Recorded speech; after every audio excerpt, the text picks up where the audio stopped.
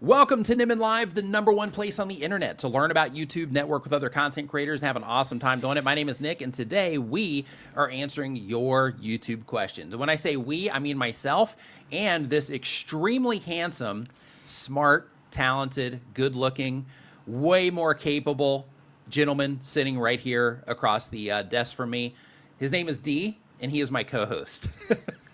See how just awkward and uncomfortable that was? Yeah. Anyway, we'll go back to the brother. Fantastic. We'll go back to the brother from the same mother. Yeah, it just didn't feel right. How was your week, everybody? I hope you hit some milestones. I hope you had a good week. Hope everybody is doing well. Mm-hmm.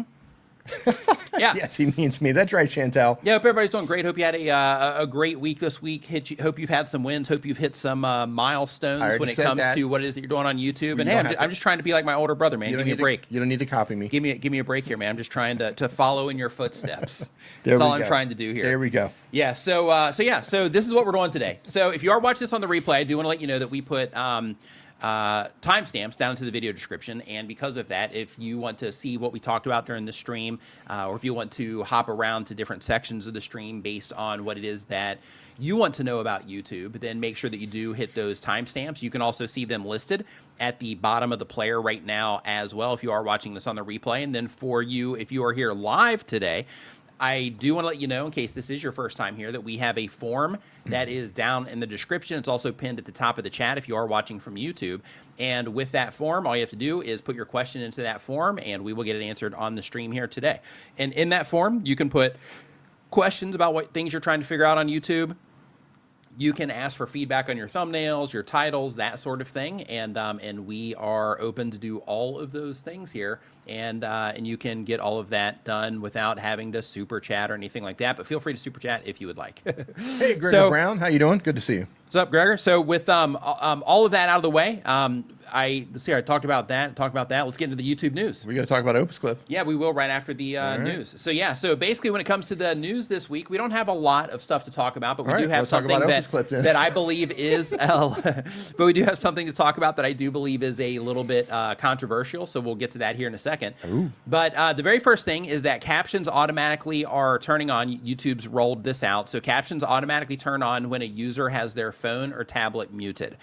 It's on by default. So because of that, what this means for you is make sure that you do go in and that you double check your captions, make sure that everything that YouTube thinks that you said, if you're using the auto captions feature, that everything that YouTube thinks that you said is actually what it is that you said, and make any corrections to that, because since this is on by default, then there's going to be a lot more people that are going to be seeing captions now. So you just want to make sure that you do just take that time to go through there to make sure that everything is presented in the way that you want. And also with that, especially at the beginning of your videos as well, right? Because you want to make sure that you grab their attention and keep them going through there, even if that means using captions to do it. The next thing is that YouTube is launching an add motion feature to YouTube Shorts. And with this one, it lets you upload a photo. I know you're going to love this one, D. It lets you upload a photo, and then you can add motion to it via their presets. It's available everywhere except in the UK, Switzerland, and the European Economic Zone, wherever that is. But the whole idea here is that they have presets, and you can upload your photo, and you can have YouTube animate your photo, essentially, is what that's doing. So as a content creator, like a real content creator, I really don't think that, it's probably something that you're ever going to use. But, for viewers or just people that are just messing around with YouTube, they might be able to use that and have some fun with it. But, you can find this, if you do want to mess around with it, you can find it in the short shelf. So for this, you go in just like you're creating a short, and then up in the top right-hand side of the screen, you're going to see like a little sparkle icon. You click on that, and then it will take you in, and you'll start to see some of the AI features that you can play with in there. And just a reminder there, you can also create videos with Google VO in there as well. Now, the controversial thing that we are going to just briefly talk about here, and it's not really controversial, but I definitely have just one opinion about it. And the thing is, let me just go ahead and pull the message up on the screen here. I feel like you were withholding information from me today when I said, do we have YouTube news? Told you about this a couple days ago. So with this one. Oh, this one. Yeah. So basically YouTube is testing. You're just going to put that between us. Yep. So YouTube is testing something right now where they are testing what they call improved notifications experiences, which is yes. corporate speak if I've ever heard it. You told me this. But with this, what they say is that they're continuing to run a small experiment that will impact viewers who are subscribed to a channel and have set the notifications to all for the channel. Here's what we're testing.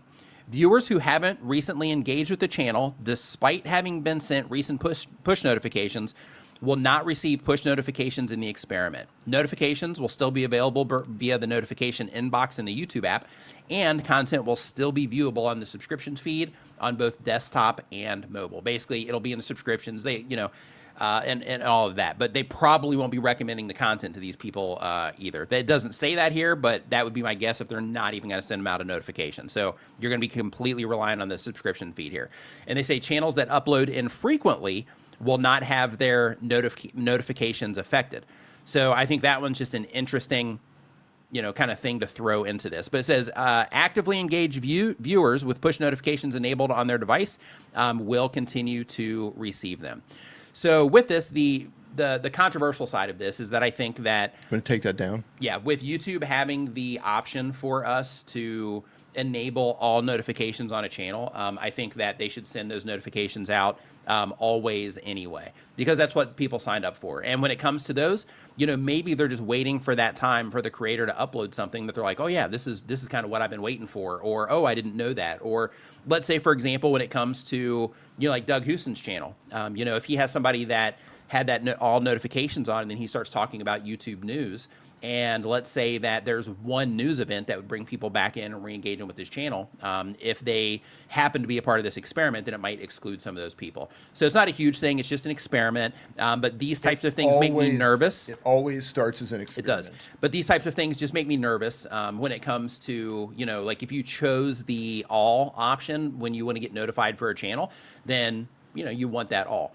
So the thing that I recommend that you consider with this, if you are, somebody that is serious about what it is that you're doing on YouTube and you want to do this for a long time and all that, when they start walking into territories like this, we don't know what it looks like in the future. So because of that, it's probably, probably be fine. But let me interject before you go ahead. Go on this thought.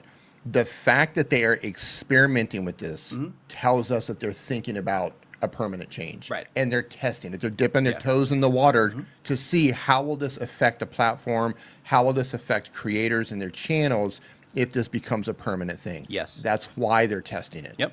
So this isn't a situation of, well, maybe, no. This is a situation that they want to do it. They're testing to see if they can get away with it and how it will impact us. Right. So I wanted to add context. That's why they test stuff. Yeah.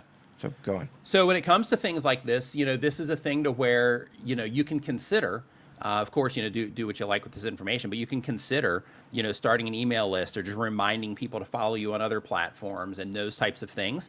So in the event that, that YouTube doesn't give them a notification, if you share your videos over on X, for example, then maybe your viewers will see them over there. Right. So those types of things, or, some channels, they will collect email addresses from their viewers in the form of offering a newsletter and exchange and things like that. And then they will send out emails when they publish new content, and they use that as a way to make sure that their videos do get in front of the people that, that might be interested in seeing them. So because of that, just, take all of that, because it is an experiment. So, we don't know how this is going to roll out, but just, keep in mind, it's nothing to panic over, anything like that. But this is just something to consider when it comes to, if they are doing experiments with this, what might it mean down the road? And if they, if that threat is kind of on the horizon, then in that case, what might we be able to do in order to offset that threat? So, so just keep those things in mind. That's it for the news. May I speak? Yes. May I speak on this subject? Permission to speak freely. Permission to, are you sure? Yeah, well, almost freely. Okay. About like 90% freely. Yeah. Okay, so I have a couple of thoughts here. One, I already added a context that I feel is important to this conversation. Okay. Somebody obviously came up with the idea and said, hey, I wonder if we can get away with doing this. Let's test it and see. Okay. With that being said, I want to co-sign on what you said about starting a newsletter, starting an email list, build a community. Do something that you can. And listen, we're here to help people grow on YouTube, but, and you guys have been with us for a long time, we also keep it very real. I think it's more important than ever moving forward. And it's been this way for a while, but I think it's getting more and more important, especially with AI coming onto the platform. And we don't know what's going to happen in the future. I think it's more and more important that we start I dare say, own our audience, but doing exactly those things, getting the email list together, putting the newsletters together, building communities off platform, doing everything you can to where if something were to happen, you're not completely screwed.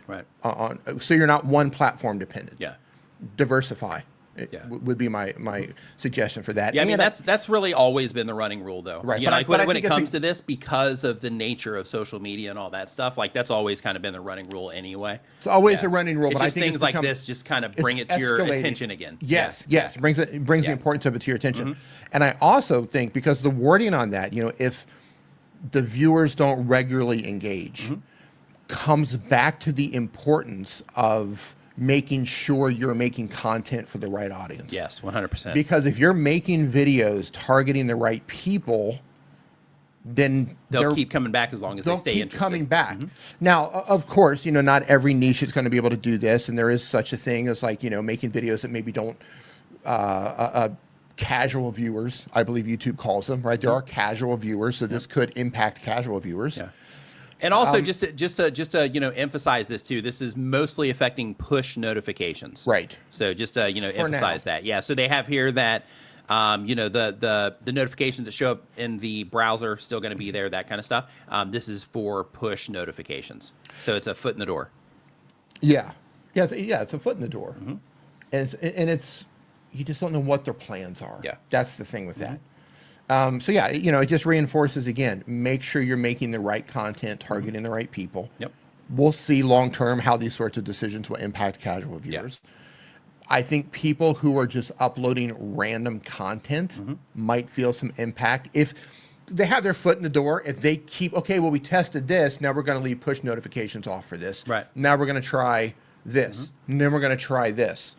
So tighten things up. It would be my recommendation. Diversify, tighten things up. And with that too, you know, if you are curious of, you know, notifications and all that stuff, you can see this in your Creator Studio. So if you go into your Creator Studio, you can actually see how many people have selected the notifications and how many people actually have the ability to receive them. Because one of the challenges when it comes to notifications is even when people turn them on, they still have to be able to receive them somewhere. So for example, if they have all on, then in that case, you know, if YouTube is trying to send the push notifications, but they don't allow it coming from the YouTube app, things like that, they're not going to get them anyway. So you can look at that information also in your Creator Studio, just so you can kind of see what's going on with your notifications anyway, just to see, you know, how effective they are. And you can also see in your traffic sources report the people that respond to your notifications. So that's also insightful in terms of learning how the people that have signed up for the notifications on how responsive they are or are not. I have a suspicion, and this is based on absolutely nothing other than my gut instinct on this, is that there is a time in the future where YouTube will actually remove subscriptions and notifications altogether. And what was that? Did you hear that? Yeah, it sounded like something was falling. Yeah, that was crazy. Sometime in the future. Because if you think about it, as the algorithms work, and the algorithms are... they're not needed. I'm not pro, you know, subscription count, I'm not pro that. Because it's just not needed anymore. That's no longer how algorithms work. And if notifications become iffy and not reliable, and subscription count doesn't really matter, then what are we doing? What's the purpose? Then what are we doing? You know, maybe they'll unlock features based on watch time or based on qualified views or something like that. Or they just keep the subscriber thing in there just for the sake of a qualifier to you know, get into the partner program. Possibly, but we'll see. I just want to say one more thing, then we'll move on. Think about how freeing it would be, how liberating it would be for new creators to not have that I got to get these subscribers. That splinter in their mind making them think about subscribers. And they could solely focus on just making videos. That small refocus, I think, would be a benefit to creators. I do too, in my opinion.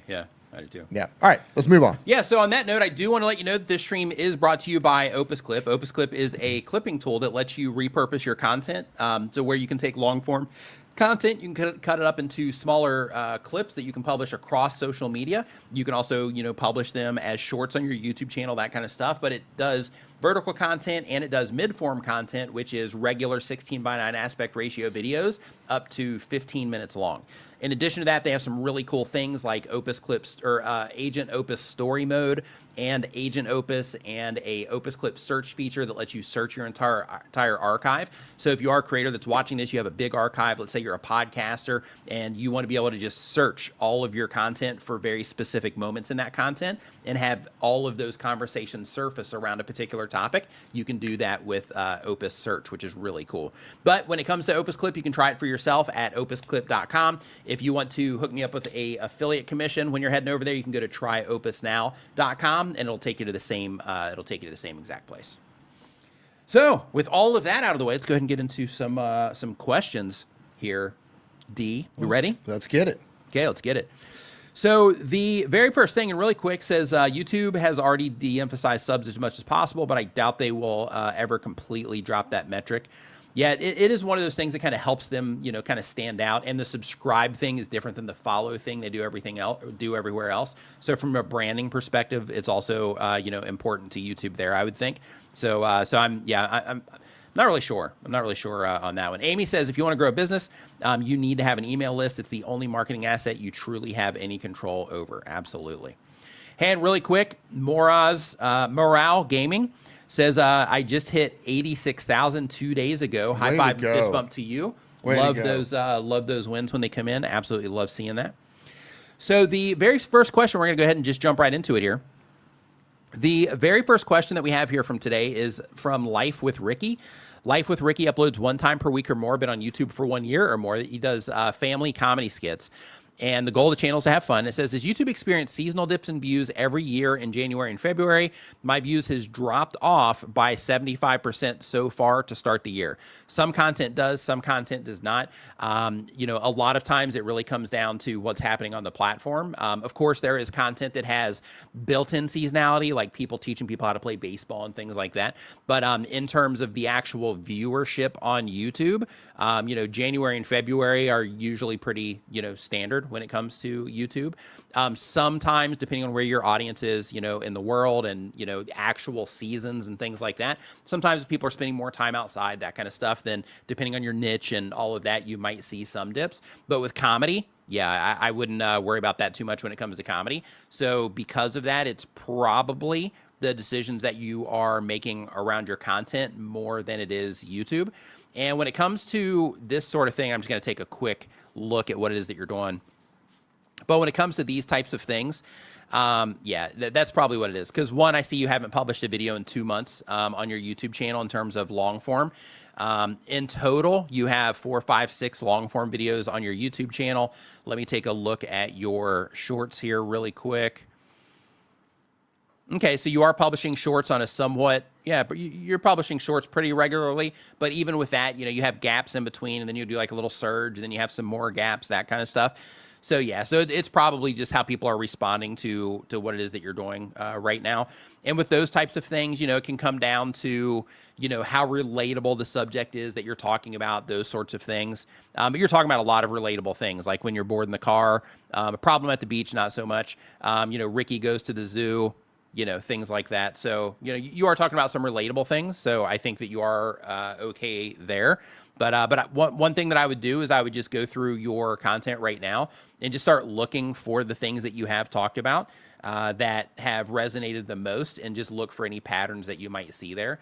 So, anything that you have based on your view count, at least your recent view count, like anything that you have over like 10,000 views, I would go through and just start looking for anything there from a pattern perspective. Like it looks like this one's like mom, the other one up here was like kids. So I don't know if you have, if it's very specific that it's, family related, those are the types of patterns that you want to look for. Let's see here. So next up, what's up, Andrew Can? Hope you're doing great. Beanie Draws, what is up? Let's see here, and I'm scrolling up here. Andrew Can, thank you for the super chat. I appreciate it. It says, happy Valentine's Day, Nick and D. Thanks for all you do. By accepting this, you're my Valentine's, no takebacks. Oh, that's great. Thanks for that, dude. Appreciate it. Yeah, speaking of Valentine's Day, shout out to all the lovers out there. So the next one that we have here, the next question is from Wiggy the Chess Man. Wiggy the Chess Man uploads 1 time per week or more, been on YouTube for 1 year or more. They do chess-focused reviews and tutorials. Goal of the channel is to teach others. And the question is, I've recently started live streaming and multi-stream through Restream to Twitch and TikTok. Today, I added YouTube for the first time, and to my surprise, I had some engagement and viewers. Not huge numbers, but more than I expected, so I definitely plan to continue streaming. My concern is that most of my subscribers originally joined for my long-form videos. If I start going live 2 to 3 times per week, am I at risk of upsetting subscribers with live notifications? Should I be thinking about disabling or limiting notifications, or is this something creators generally shouldn't worry about? So I'm going to keep reading the rest of your question here, but just to address this one, when it comes to that, as long as you're live streaming about things that your video viewership is interested in, then in that, topically, there's crossover there, then in that case, it shouldn't be an issue. But if you're streaming about something completely different, then you probably shouldn't be streaming that on that particular channel anyway. So the rule of thumb is same audience, same channel, right? So as long as all that lines up, then you should be okay. But with that said, some people just don't like live streams. And because of that, some people, if they get that notification, they might end up unsubscribing from it. But I wouldn't let that stop you from, serving the viewers that do enjoy the live streams, just so that you can make sure that you are giving them content that they also enjoy. But you say, are there any other considerations when live streaming to YouTube that differ from platforms like Twitch or TikTok that I should keep in mind? Won't be able to attend the stream live as it's quite late here, so thanks in advance if you're able to cover this. So when it comes to things that you might do differently here compared to the other platforms, when it comes to live streaming, I would say there's a lot of crossover in terms of just making sure that you're streaming about things that people care about. Make sure that you are, trying to keep everybody engaged, during the duration of the stream, those types of things. Just the basic, we'll just call it blanket live streaming rules would apply all the way across the board. So I would just focus on, making sure that you are doing those things, which I'm assuming that you're already doing. Next up on the list, and if you are just joining us, we do have a form down in the description and pinned at the top of the live chat on YouTube where you can ask your questions. If you are watching this on Twitch on Twitch or on X or on LinkedIn, or I'm not sure if it's going out to Facebook or not, but if you're watching it anywhere else, you can go to nickniman.com/ask, and I'll actually put that on the screen here, and it will redirect you to the form that we are taking questions from. So you can see that right here at the bottom of the screen. Okay, so next up, KMH family, what's going on? Hope you're doing great.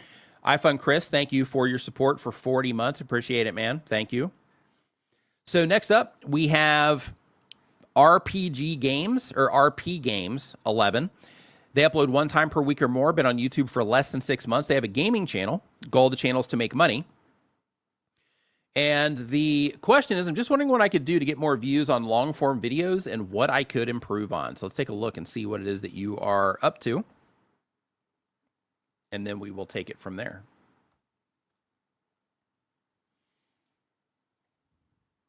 Okay. So let me get you pulled up.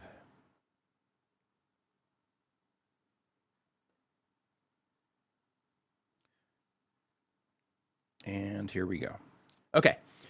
So let's see what you're doing. Grounded No Shield Challenge Episode 1 First Chip. So I'm guessing Grounded is the game. And then here you have Racing My Bro and Card RNG. Can finish highlights without losing all lives. Okay. So there's a couple of things that I would definitely consider when it comes to what it is that you're doing. Is if we look here at this one, it looks like you have one game, which is Highlands here. You have another game, which is Card RNG here. And then you have another game, which is Grounded here. And then you have Jedi Survivor here.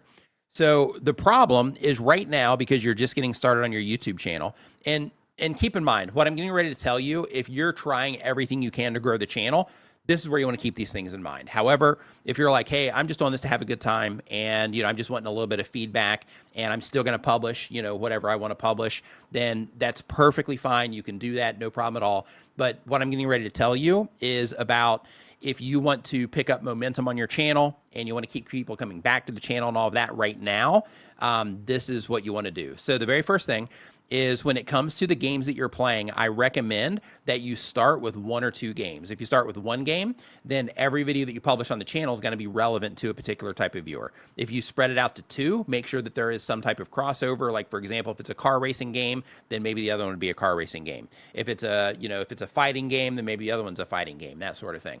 And the whole thing is that you are wanting to make it so that if somebody watches this video here, that they will also, when YouTube presents it to them, be interested in this video here, in this video here. And the reason that this is important when it comes to YouTube is because when it comes to their system, if they send out notifications, or not notifications, if they recommend your content to people, right? So let's say I log onto YouTube. Let's say I watch your Jedi Survivor video, and then I log onto YouTube the next day. And then YouTube shows me the can finish highlights without losing all lives in this other like bicycle game.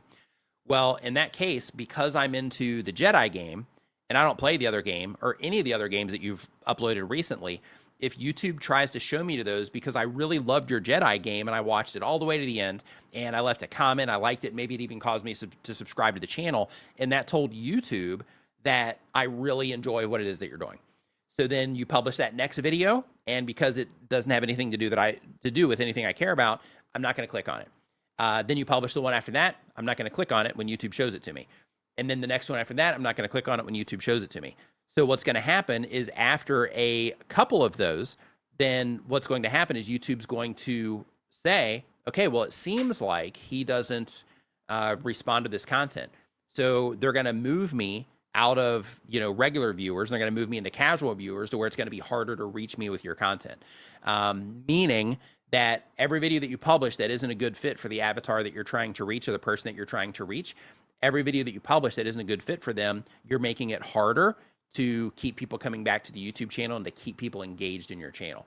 So because of that, if you are spreading out across a bunch of different games like this, and a lot of gamers do what you're doing, but if you're spreading out a bunch of different types of games like this without building a foundation first, then you're really putting yourself at, I'll just call it risk for having a really hard time growing the YouTube channel, because it makes it to where when you're publishing videos, it's really hard for me to keep, coming back in and participating in what it is that you're doing. So because of that, I recommend that right now that you start thinking about, if you're really focused on trying to grow the channel right now, making videos about one game right now.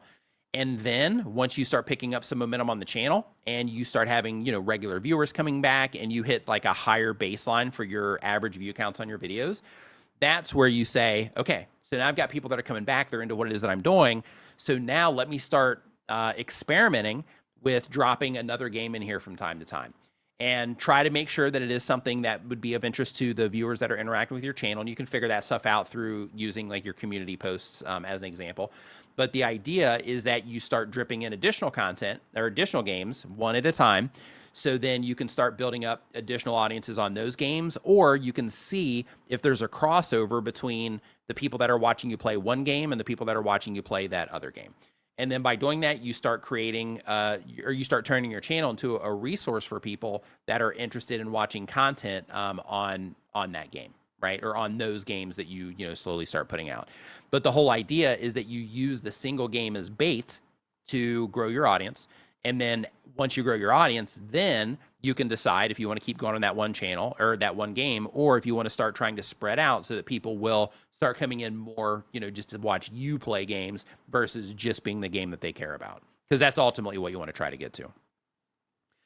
But you say that you want to do more grounded in Descenders, the biking game. Yeah, whichever games it is, that's going to be your call to make. But the idea that I'm trying to express is that if you have a single point of interest, right? Something that's of interest to you and to all of the viewers that are interacting with your channel, which at this moment in time could be, a single game, then in that case, there's a reason for people to want to keep coming back and watching, more and more of your videos if they enjoy your videos, right? So that's how you create fans. That's how you keep people coming back, because you keep giving them more of what it is that they enjoy from you. And then from there, you start running experiments as well. While you're still giving them that, you start running experiments to see what else that you can provide them in terms of content that they would also be likely to enjoy. And then you figure out what it is that they actually do enjoy versus what it is that they don't. And then you keep leaning into the stuff that they do enjoy.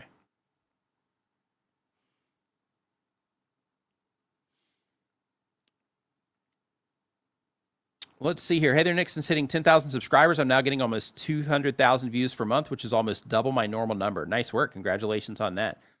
Love seeing that. Glad that you are enjoying these streams. Gregor says, can't believe you boys drink coffee so late. Catch the rest on replay. Got to crash. All the best. Yeah, man. Like, yeah. So one thing I found, because with the Oura Ring, which D actually has right now, but with the Oura Ring, I found that when I drink coffee after 8 p.m. that it just wrecks my deep sleep.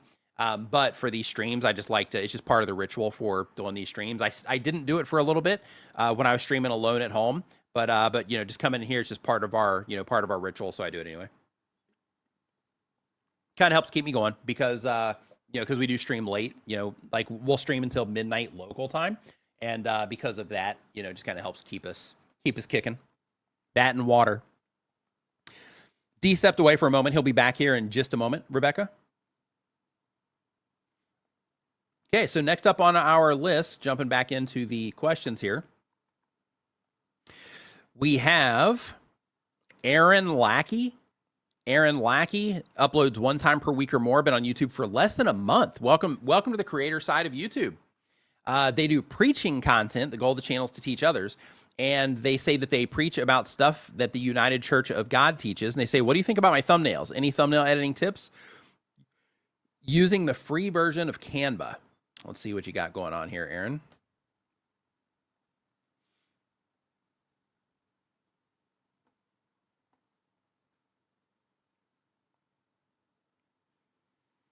Okay, so the very first thing is I would definitely use more clear thumbnails. So, you know, like here, you do have religious imagery here. I would try to keep that whole thing going. And the reason that I would, you know, try to make it clear that it has something to do with religion in some way is so that the people that you're trying to reach who are, you know, wanting to hear those messages that you're sharing, they can identify it's for them.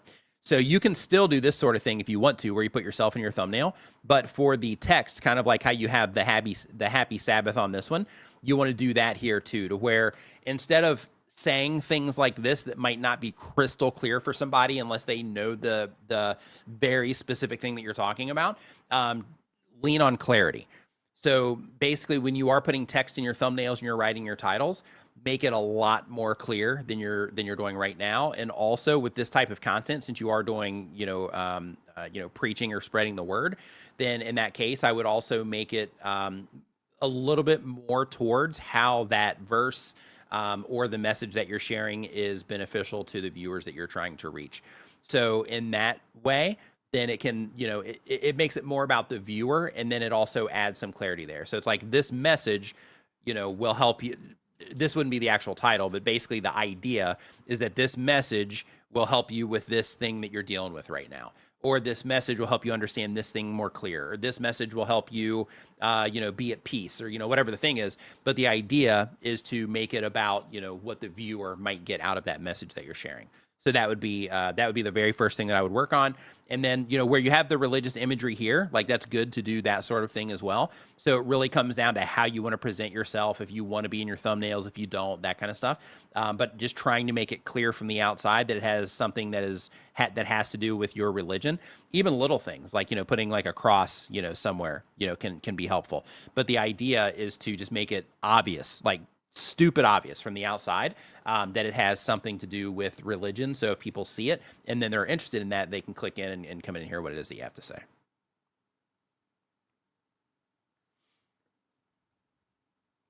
Any additional thoughts there, D? Oh, you're working on the Roadcaster? So next up, It's All His is the next channel. By the way, if you are just joining us, if you are watching us on YouTube or anywhere else, if you have a question about anything it is you're doing on YouTube, you can go to nickniman.com/ask. And once you do that, you're going to see a form, and then you just put the information in the form, and then we get it answered on the stream today. If you are watching this on YouTube, we have a link right at the top of the chat where you can go ahead and put your questions in there as well. So, yep, simple and obvious 100% of the time. Absolutely. Yeah, so, when it comes to the language that you use in your videos, unless your avatar, is, how can I say this? Unless your avatar is, I don't know.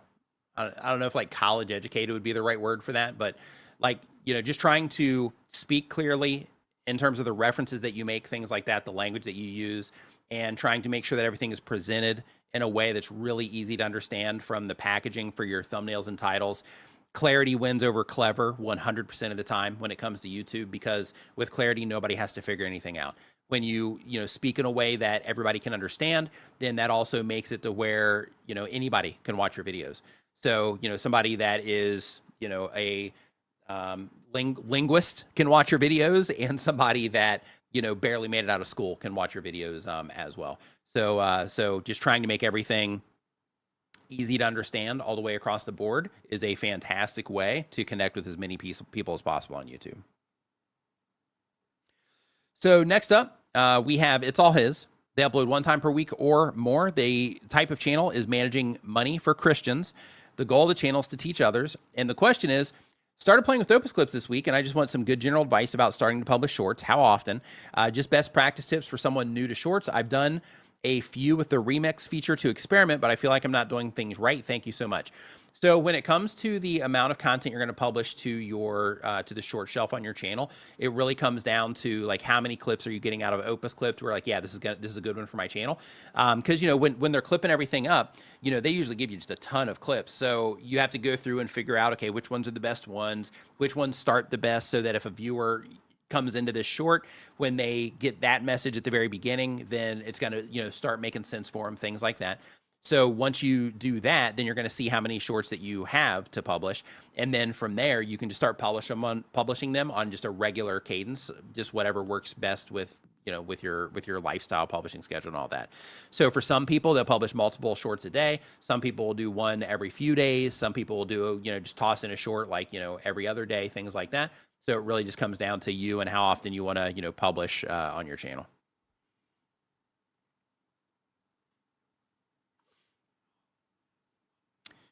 Next up, we got Midwest Murders. They upload 1 time per week or more, but on YouTube for a year or more. They do unsolved true crime.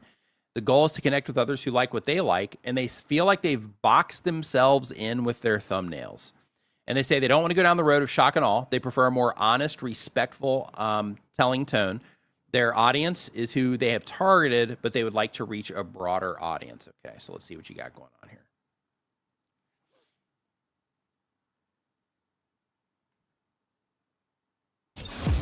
If you're enjoying the show, remember to give it a thumbs up and share it with a friend right now. Let me get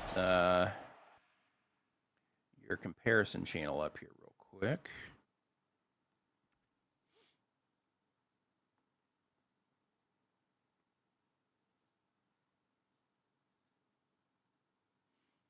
Okay, let's see. Are you? Oh, are you listening to it there in the background? Oh yeah. Okay. So here's the channel. So this is the channel in question. This is the comparison channel here. So first off, when it comes to your thumbnails, which is part of what you mentioned, I think the vibe that you're setting here is solid. Same thing here. You have like no justice. One thing that you might want to consider, like if this is true crime stories, is you can also do things to where here you have the creepy looking imagery, which the true crime group would connect with. However, you could also put on here just something, true crime or, something like that on here, just to give a little bit more context there for those people so they know exactly what it is when it's being presented to them. You wouldn't want it to, overtake the thumbnail, but you could add it as a complement to the thumbnail or to the end of your title. So the strange disappearance of little Anne Mary Burr.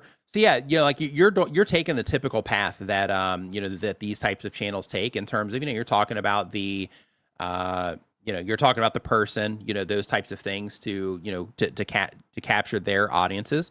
But one thing to keep in mind is you have whereas she, and this is all about this one person. So if this is a super famous case that, everybody knows about, something like that, then in that case, leveraging the name is a good move.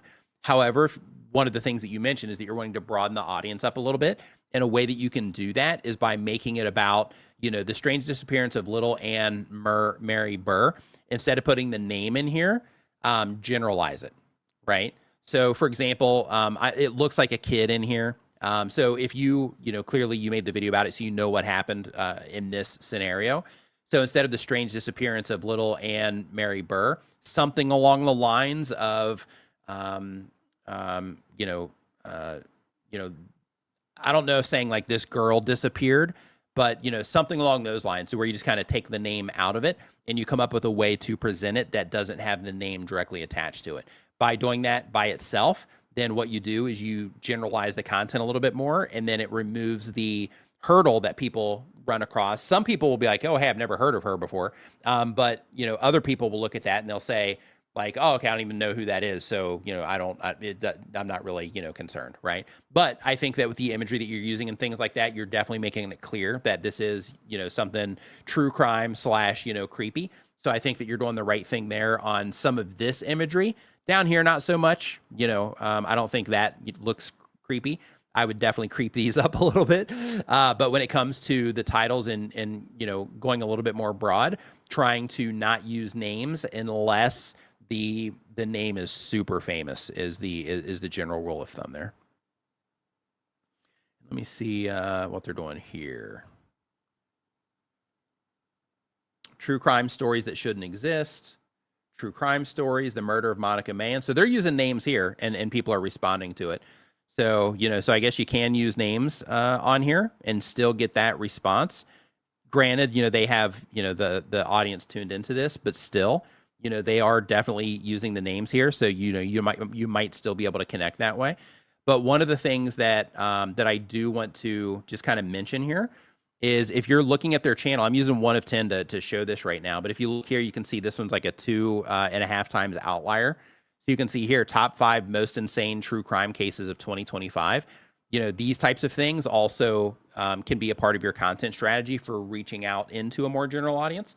To where, even if you do the names kind of like they're doing, then this would give you the opportunity to, maybe pull people in to where they click on that because they want to see if they know the stories of the, if they know the stories that you're going to be talking about already or not. So because of that, this is a really good move for bringing people in that way from a more general, audience. Yeah, they do the same exact thing here. Top 5 true crime cases with twist endings no one expected.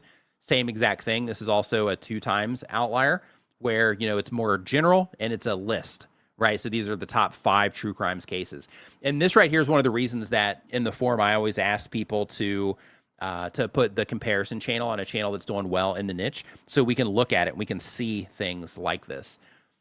Here, this is a 4X, right? 4X outlier on this one, meaning this has like 4X the normal views on it. And this one, again, top 5 true crime stories that will keep you up all night, right? So doing something like that is definitely something to consider because even down here, it doesn't always work, but, they still get, decent views on them. But they, the ones that are outliers in their case is usually these top 5 videos. So yeah, leaning into those types of things are definitely something to consider.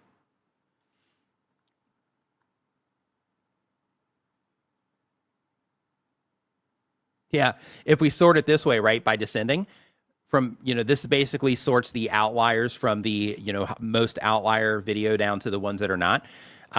This one, top 5, top 5, top 5, top 5, top 5, top 5, top 5, top 5. Like almost all of the most popular content is top 5. Then we have, these in here where things are starting to get a little bit more normal. And then we get back to top 5, top 3, and then we start getting closer to baseline here.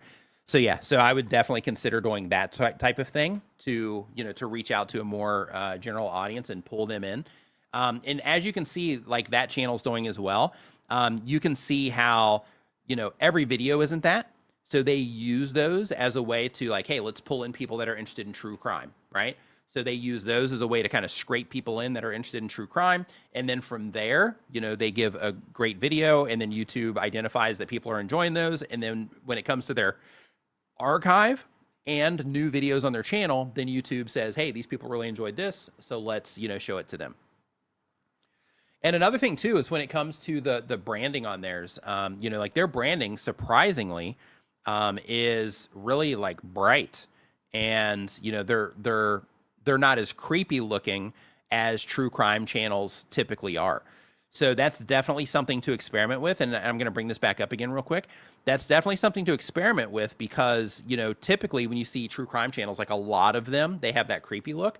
But if this is working out well for them, then in that case, just bright thumbnails, which, is something that, is effective on YouTube, but bright thumbnails, and then super easy to read text, right? Those sorts of things is definitely something to experiment with there as well, instead of always leaning on the creepy, just to see, for your audience, for the people that are into your content, what is it that they respond to most.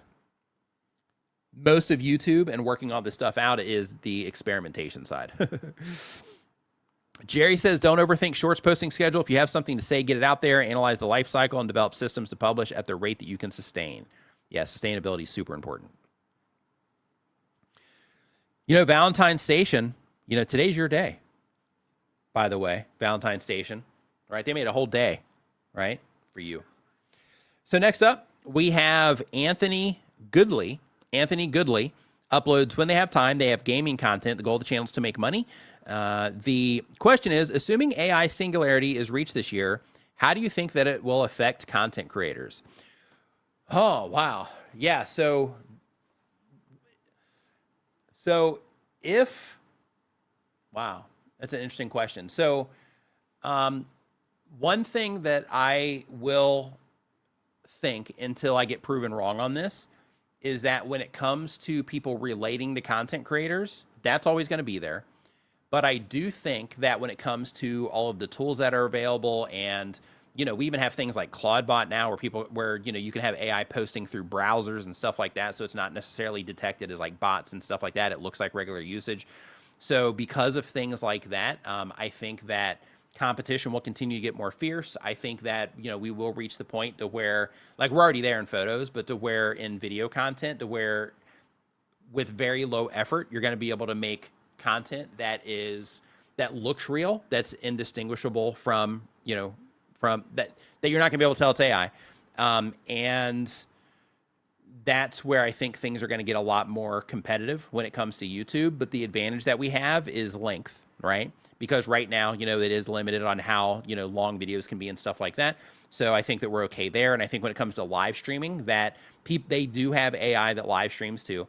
But with that, I think it's going to be a little bit more challenging for the general person. So I think there's still a lot of time left when it comes to, content creators and all that stuff being a threat. And then there's also just the nuanced stuff, of being people that I think, that people are going to tap into. And there's going to be other things too. Like, I don't know how the platforms, like right now they're doing it to where we have to check boxes if we're using AI for stuff. That's cool. But I think it's because not everybody's using AI. But I think once we get to the point to where everything is indistinguishable and you can have videos going for a really long time, you have live streaming, going on with AI and all this other stuff. I think that's where some of the things that YouTube is doing around like age verification and making it where we have to scan our faces and send IDs and like all those types of things. I think that's where those all platforms, I think in the future, I think that they are going to make it to where we're going to have to prove that we're people. And then with that, I think that we might end up getting badges or, something kind of like how we have verified check marks for channels over 100,000 subscribers. I think that these platforms will start doing those sorts of things so that you'll be able to say like, hey, these are real, people, these are AI, influencers, that kind of stuff. But as we see, with like VTubers and stuff like that, like people, they'll watch, cartoons, and, fake, stuff anyway. So, there's still going to be an audience for that. But I think that people will also definitely still continue watching, real content creators. And I think some people will actually seek it out. Like what a cool search feature that would be. I've already seen people on Reddit requesting this stuff where, where they're like, yeah, YouTube needs a search filter to where you can, sort by real content creators. And, I think things like that are coming because I think it'll end up being a necessity. But when it comes to other ways that it will affect content creators, it's going to make everything, it's going to continue to make things easier for us. So, right now, a lot of people are using AI either through a tool that's jacked into, through an API or something that's jacked into one of the AI platforms, or, the AI platforms themselves. They're using them to help make better titles. They're using them to help make better thumbnails. They're using them to literally make the entire thumbnail. They are, using them to help with scripts, to help with, strategy, to help with, with just working on like little parts of the video to where it's like, hey, this is my hook. Give me some advice for, how I can make this hook better, stuff like that. So I think that those types of things will increase and get more efficient because, as all of these systems continue to learn, I think that it's going to, make it to where they're going to get really good, at those types of things. So I think all of that stuff is on the horizon.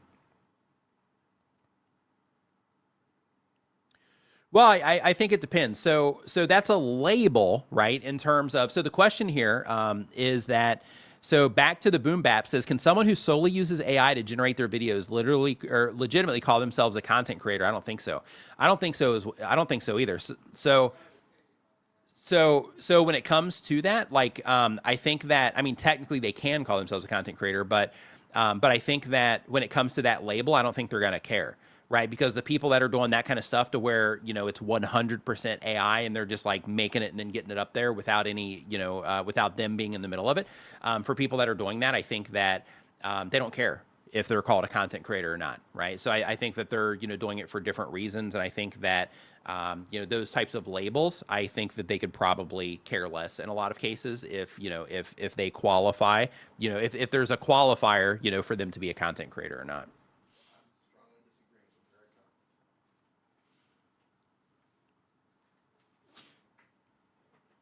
Oh, now you're back. Come on. So I have an opinion on this. And I think it's snobbish to say AI creators are not content creators. But if they're not making anything, they're not. Prompting. If there's a human in the mix, yeah. Yeah, but the AI is not making it by itself. Well, right. Well, it can, though. Like, so basically, if you set up like an N8N automation, for example, then we just do some stuff and we send stuff. No, you can't. Then all you have to do. All we have to do is just type some stuff in and send some stuff to the moon. It is. No, it still is. Listen, to get a good AI response, you have to learn how to prompt really well. Your original prompt can create prompts for additional stuff. Okay. If you create an action in Photoshop to repeat an action, are you no longer a creator because you use an action to repeat the process to do something to save time? Using Photoshop doesn't make you a creator. It might make you creative, but it doesn't make you like a content creator. But what is a creator? What is a creator? As long as a content creator would be somebody that makes content. As long as a human. So the AI itself would be the creator, but the person and the person wouldn't be the creator. As long as a human is still involved, I will still call them content creators. If a human is, editing the content, things like that, then yes. But when it comes to a, like an automated system, no. Because the conversation here is about, because the question was about AI and the singularity, where it's going to be able to just do whatever it does. Well, I know, but this is a good conversation because I see it a lot. Okay, here's a question. If you use AI to edit your video, are you... But it's an assistant at that time. Okay. But it's not making everything itself. It's an assistant that makes the thing I have in here. You're making the video. Go from the prompt to the that's AI like creation. that's like saying that Where using... Where are we at on this, people? Chime in chat. Chime in. That's like saying that using Adobe Premiere doesn't make you a creator, right? No. If you're going through the process, if you can make something, in my view. But you need to make it for that reference. You need to make the thing in order to have it edited. Right? I don't put a line on what's drawn in terms of what makes somebody creator as long as the human is involved. Now, even if a machine is involved. That's what this conversation is. This is about singularity, where the AI would basically be doing everything. But even if that AI which means the human wouldn't be involved. But if the human started the process, yeah, that's definitely not. So if, in my opinion, if a human started the process, it doesn't matter to me if the AI is replicating what the human programmed it to do. If it started from a human, and they put on this master prompt and they put in all of the work. If it is, because again, this is Singularity. So this is. No, we're talking about what's a creator at this point. Well, that's the conversation. The question was about Singularity. Is AI going to create itself? Right. Yeah, to where basically it's going to be able to do all of the stuff. And then basically whoever is using those things, to where it's going to be, making everything, are they, calling themselves a content creator? If it still starts from a human, I would say yes. No, I disagree. Totally disagree. But the idea has to start somewhere. Originally, sure. But that's the thing. Yeah. So how would that apply then if they said, look at YouTube on these niches and just make copies of the most popular videos? So does that make that person a content creator? If you say makes that person a programmer, it doesn't make that person a content creator. The AI itself would be the content creator, but the person wouldn't in that case. If the prompt is as simple as look at the top videos and recreate them, then I'll side with you if that's the prompt. But as it stands, prompts are not that simple. They might. Well, this is about Singularity, though. They might get that simple. Yeah, this isn't about like, okay, I'm writing, these complex prompts with all these details and stuff. This is about, Singularity where the AI is doing all if that it's stuff. As simple as, if I can just log in and say, copy this. Well, you wouldn't even have to log in. Or whatever, copy this video, and it copies that video, and all. Shark Scrapper, me too. Shark Scrapper says, "I love meaningless philosophical questions." Yeah, me too. Well, no, what is a creator, right? Yeah. And if all I have to do is say copy this, no, then they're not creators. Yeah. But if they are prompting, if they're actually creating a prompt, and it starts that, and that first domino to fell because of a prompt, an actual prompt, I will still call that person a creator. Well, any prompt would be a prompt. Like how do you define an actual prompt? A creative prompt. If you are dictating what something looks like, smells like, sounds like, how it moves, the framing, how it's cropped, the world. Yeah, none of that would be necessary with the AI doing everything. Right. Well, until that happens, I'm still calling them creators. Okay. Yeah. So on the question though, yeah. So in terms of, defining... Where are we at? Yeah. Chime in, everybody. Where are we at on this? Yeah. At what point do we stop calling people creators? Yeah. Yeah, I agree with Daryl here, Jerry here, where he says that, if you're a content creator, you should be thinking about how to use the tools, not how to define what makes you a creator. Yeah. He is defending his No, I see a lot of AI creators taking just massive fire online. Now, there's AI slop out there. Yeah. But even though it's slop, I haven't seen their prompts, but I dare to say, okay, well, maybe the creators are just bad creators. They're bad prompters. That's how I look at that, right? If you're making AI slop, it's because you don't know how to make a good prompt. Right. That's what it is, right? That's like saying if you're making a bad video, it's because you don't know how to make a good video yet. Right. Still creator. Right. You're still making the thing, right? But I see AI creators under fire, and I think it's unfair. I understand the pushback. I understand the fear that creators have, especially in the music industry. The music industry is just going to be decimated. And I saw a recent thing from, I think it was Seed Dream. They're doing like full action fights now. Oh, yeah. Indistinguishable from Hollywood. Yep. Seed Dream 2.0. Yeah. Just indistinguishable from a Hollywood scene. Yeah. So I think there are instances where people should be concerned. But until you can say, copy that, I'm always going to side and say, yeah, man, they're still creators. Yeah. Like that's like saying people that record in the box in their computer or making an album versus people who did it on record. Like there's always that, people who paint with a brush. But the person's still doing the thing though, right? Listen, the person's still in there tweaking it. They're still putting their voice in there. Their instrument. But it's a little bit easier. It's a little bit easier. It all together. A little bit easier, right? Anyway, but that's not something doing it for them. AI artists. Until you can just say copy that, I'm with you. I will stand with you. So, Tango in the Kitchen, thanks for Super Chat. Says, 3 hours enough sleep. I'm still 50 and 50 in AI. I do use ChatGPT, but I used to use it as a tool. Yeah, I think all these things are great as tools, and I think that they're, helpful, for all kinds of stuff. But I think that when it comes to, doing everything for you on your behalf, I think that is definitely, going to Yeah, it just removes you from it. In some cases, it's smart, right? For like, work stuff and things like that. But when it comes to creative stuff, I think if you're a consumer and you're using services like Suno, for example, to make music that is perfectly to your taste, I think that's fine. But I think if you publish that, then in that case, I don't think that, that you can necessarily claim that you made it. I mean, you technically did because you wrote words, but I don't think that you could technically say that that you created that music. Yeah, right? Because you become the assistant at that point, right? The music argument for AI is that's a long debate that we're not going to get into in this stream. But as somebody who was a professional musician, as somebody who is a musician, I have my thoughts on that, and I feel like AI music simply puts you in the producer seat.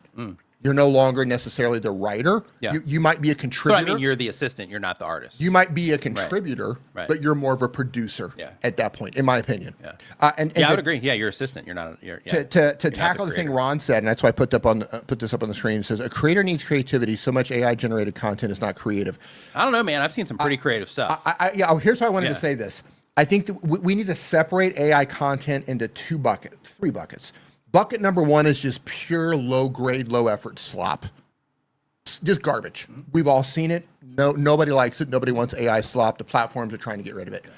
The second bucket is people who are trying to make better AI content. They're putting in effort. It's just not fully there yet. The third bucket is, holy cow, look at this. I can't believe this is made from AI. Like the Star Wars stuff. This is incredible. Right. Third bucket is, this is insane. We're cooked. Right. The we're cooked bucket. I'll say this about AI. I believe AI allows all of us to create things that we could normally not create. And because of that, I think it's incredible. Because now, like Ron... I'm not discounting AI No, at I know all. you. Like Ron, I'm all in on AI. Any idea that you have in your head, no matter how grand and insane it is, something that Hollywood could never pull off in a million years, you could figure out how to make it if you can figure out the prompt. Right. That's what I think the amazing thing is with AI.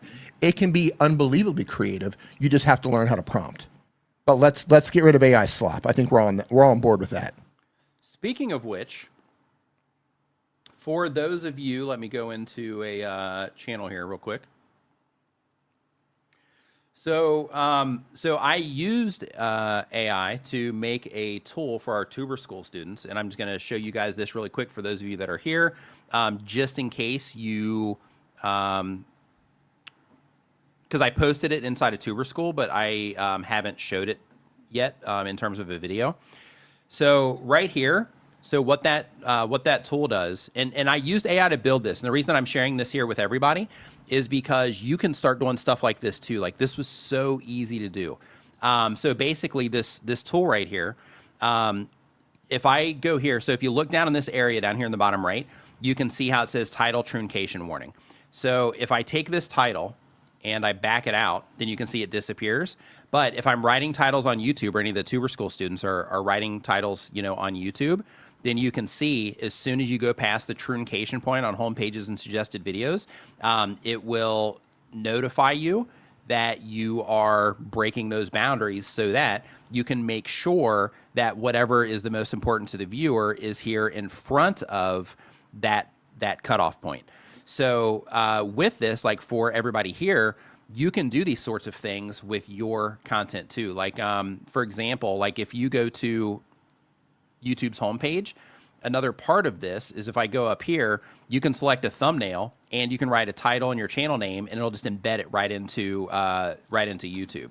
So that's coming for Creator Dashboard too, that particular one. But for the title truncation, I'll probably keep that in the other tool. But the reason I'm showing you that is because when it comes to AI and what we can do with this stuff, that particular extension took, I don't know, maybe 20 to 30 minutes of time to build. Here's a question. And now it's something that I can offer to people just as a way to help them be able to, look at my thumbnails on home pages, to be able to, make sure that their titles are, optimized and are uploaded to YouTube and things like that. But being able to use AI to add that extra value to people is also just a great way to, to be able to use this stuff. You've made a couple of apps with AI, Mm-hmm.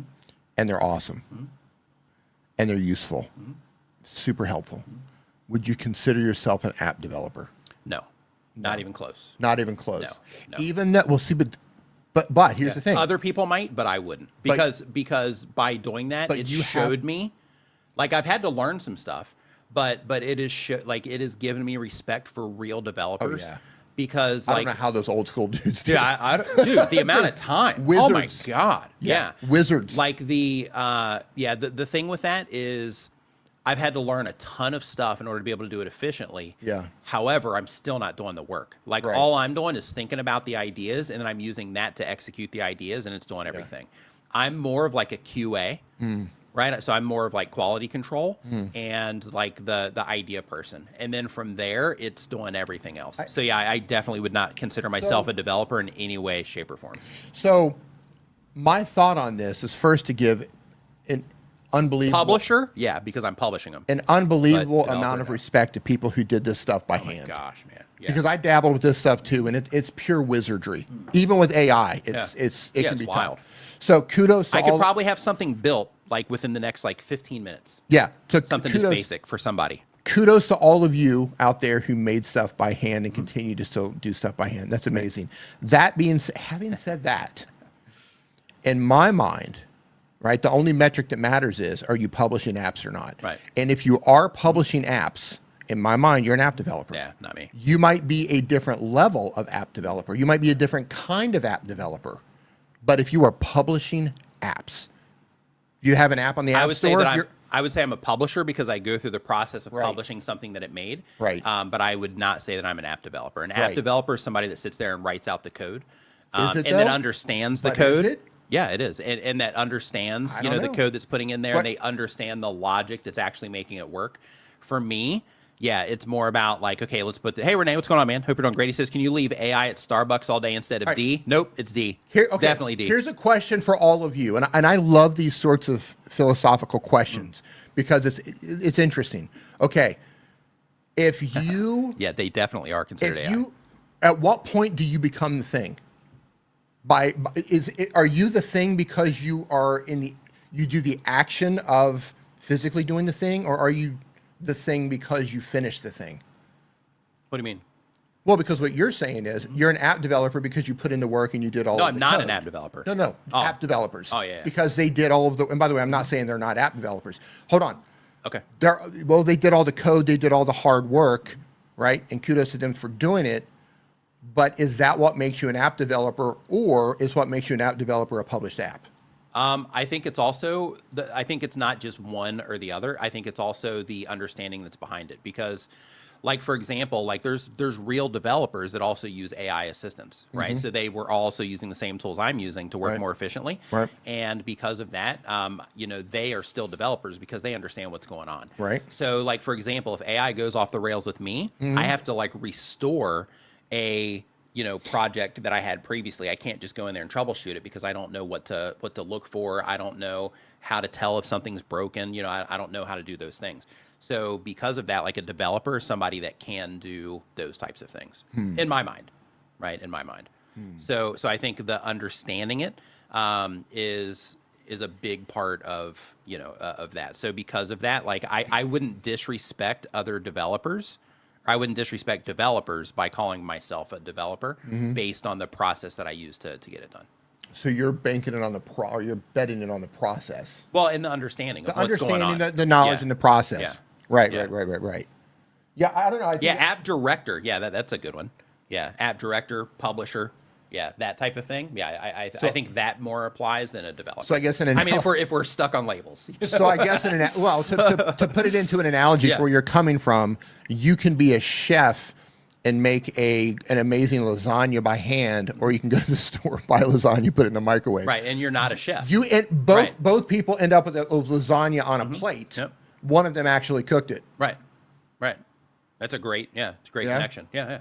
100%. Interesting. So so I think moving forward, as all of this stuff changes, I think the lines are going to get blurred really fast. They're already blurred. You know what I mean? Without question. Yeah. Like, because at some point, the next generation there's probably going to be people that are not going to be doing that coding. Yeah. And I bet a lot of app developers are going to be leaning more into that too. Yeah. It's like, I can move so much faster. just by not doing it by hand. Yeah, depending who your audience is, like because of the capabilities. So a company called Anthropic, they just updated one of their models. It's called Opus 4.6. And with this one, it is so good that normally, like, so the software that I make my apps in, it's called Xcode, and it's a Mac software. And previously, you would have it make, whatever the thing is, and then you would get all these errors, right? So you get all these errors. You have to copy the errors, paste them in there, say, hey, I got all these errors. Can you fix them? And you just kind of rinse and repeat that process until you get all the errors worked out. And it would take, days in some cases to get everything sorted.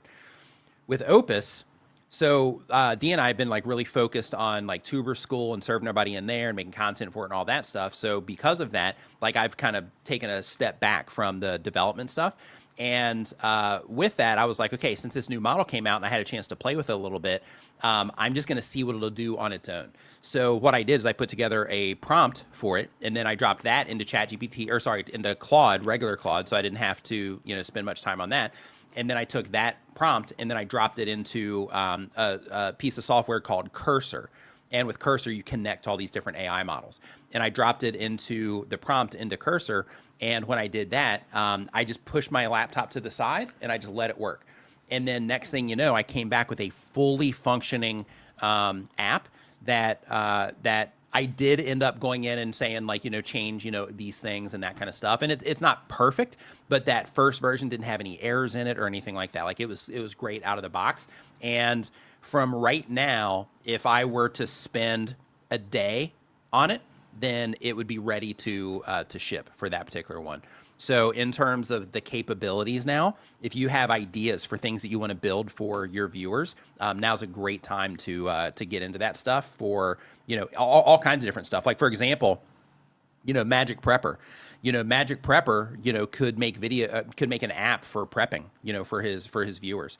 And as long as it wasn't too complicated with databases, I mean, technically you can do that stuff too, but you start getting into like security risks, then in that case, he would have like a whole other thing that he, could offer to his viewers, with that. So yeah, the possibilities are kind of getting out of control here with this. And I think as content creators, especially content creators that, are looking for monetization options and things like that, I just think it's a good opportunity, at least in the immediate. I don't know long-term how it's going to work out as this stuff gets easier and easier for everybody, but at least in the immediate, it's additional stuff that, you might be able to offer your viewers. All right, let's get back to YouTube questions. Do it. That was a long conversation, but I loved it. Yep. I love that conversation. So next up, we've got more Maro Gaming. Maro Gaming, they upload 1 time per week or more. They do gaming content. Goal of the channel is to quit the job and be a full-time creator.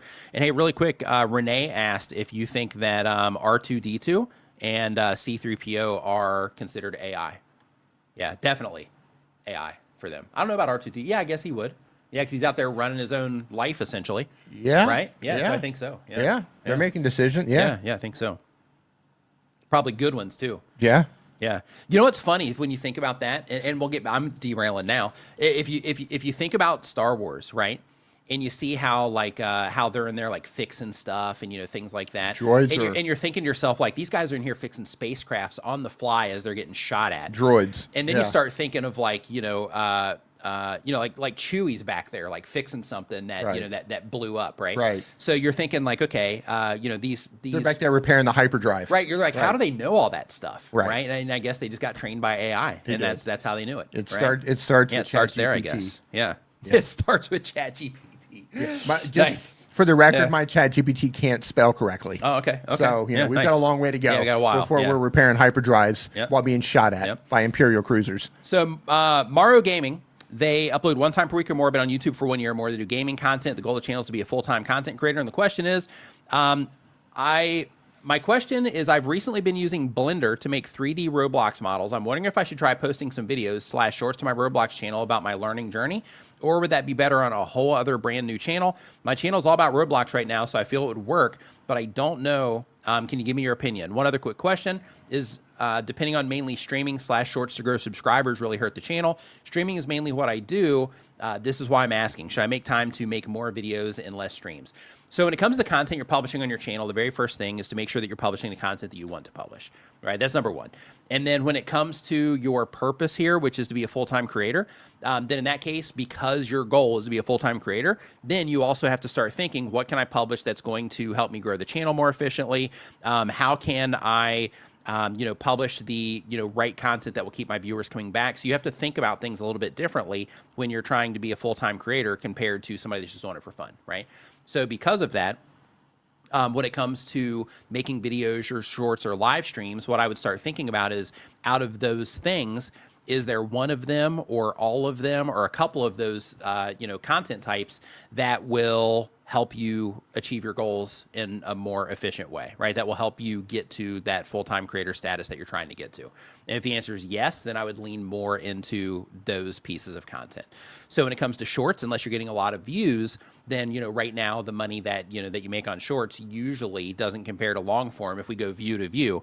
And because of that, that would mean if you're trying to become a full-time creator, and you're already monetized, then making sure that you are making long form content for the sake of the ad revenue would be one step heading in that direction, right?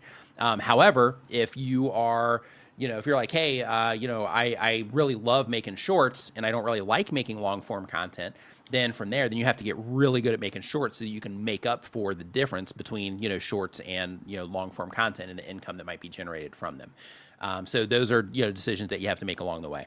But when it comes to putting the videos about the 3D models, if you think that it would be something that your Roblox audience would enjoy, then experiment with it. I would experiment with it over in shorts.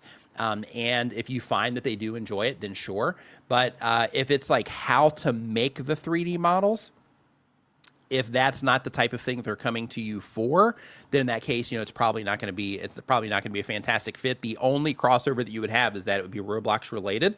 So some people might watch it out of interest, but if they're not actively trying to learn how to do that, and then you're sharing your process of teaching them how to do that, then it's probably not going to be a good fit for those people. So next up, Gardening with Bear Brown. What's going on, dude? Hope you're doing great. Uploads one time per week or more. Does educational content. The goal is to be a full-time content creator. And the question is, hey, Nick and D. Hey. What's going on? Hope you're doing great. Says, I have a decline in views when partnering with brands. Are there any tips that I can use to not sound like a salesman? I use the products in my garden, and that's how I got a lot of my partnerships. So when it comes to brand deals, like some people, will negatively respond to, sponsored content. Other people don't. There's other things where, you'll see big dips where, like, let's say you have your hook of your video, and then after that you have your sponsor message. You'll see where people will skip that part because, one, there's tools that do that. Two, YouTube has a built-in feature for skipping ahead. Sometimes it'll also hit those areas and then people will just skip right past them. So you'll see those dips in your retention. In some cases, people will just abandon the video if it goes on for too long. But in a lot of cases, people will just skip that part and you'll lose a little bit of viewership there. But that skip will be what a lot of people will do. And some people will listen to the message as well. So because of that, when it comes to the actual video performance, though, it could be that people are leaving. It could be that, the way that you are presenting everything, it just feels different than what you normally do, and people just don't connect with it as much. Like those types of things can happen too. So I had a period of time where I was like really aggressive on brand deals. And during that period of time, I could see it in my stuff too, where, people would be skipping through stuff and, like some of the videos would, take a hit. But then on the flip side of that, some of those videos also ended up doing amazing as well and being like primary drivers of viewership to the channel. So, it goes in both directions. So, it's really still going to come down to the decisions that you're making around the content in terms of topics and things like that. So if you want those videos to do better, then just a couple of, pieces of or a couple of ideas for you. The very first is that one of the things that we commonly do as content creators is we have this thing where we hook the viewer in the beginning. And then after we hook the viewer, then, we'll talk for a little bit and then we'll say, this video is brought to you by, or, some version of that. And then we'll drop in essentially an ad, right there for that product. And those are usually the things that cause people to, skip past them. But if you can do it in a different way to where you do your normal content, but then you position the brand that you're working with as a solution to a problem that you're trying to solve, or you position it as, the hero to the story, those types of things, then those types of things can be a little bit smoother of an integration to where it doesn't have as much of a negative impact on the video. And with those types of things, you still have to put that card at the beginning of the video that says, this is sponsored by, and then, more about them later in the video, those types of things. So you still have to do that to be compliant with YouTube, and you still got to check the includes the promotion box. However, those types of things just create a better experience for the viewers. So if you find that the direct integration, like an ad insert, essentially, if you find that that's not working well for you, then trying the other approach is definitely something to consider.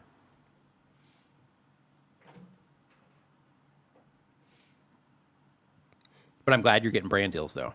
Yep. That's fantastic. Yep.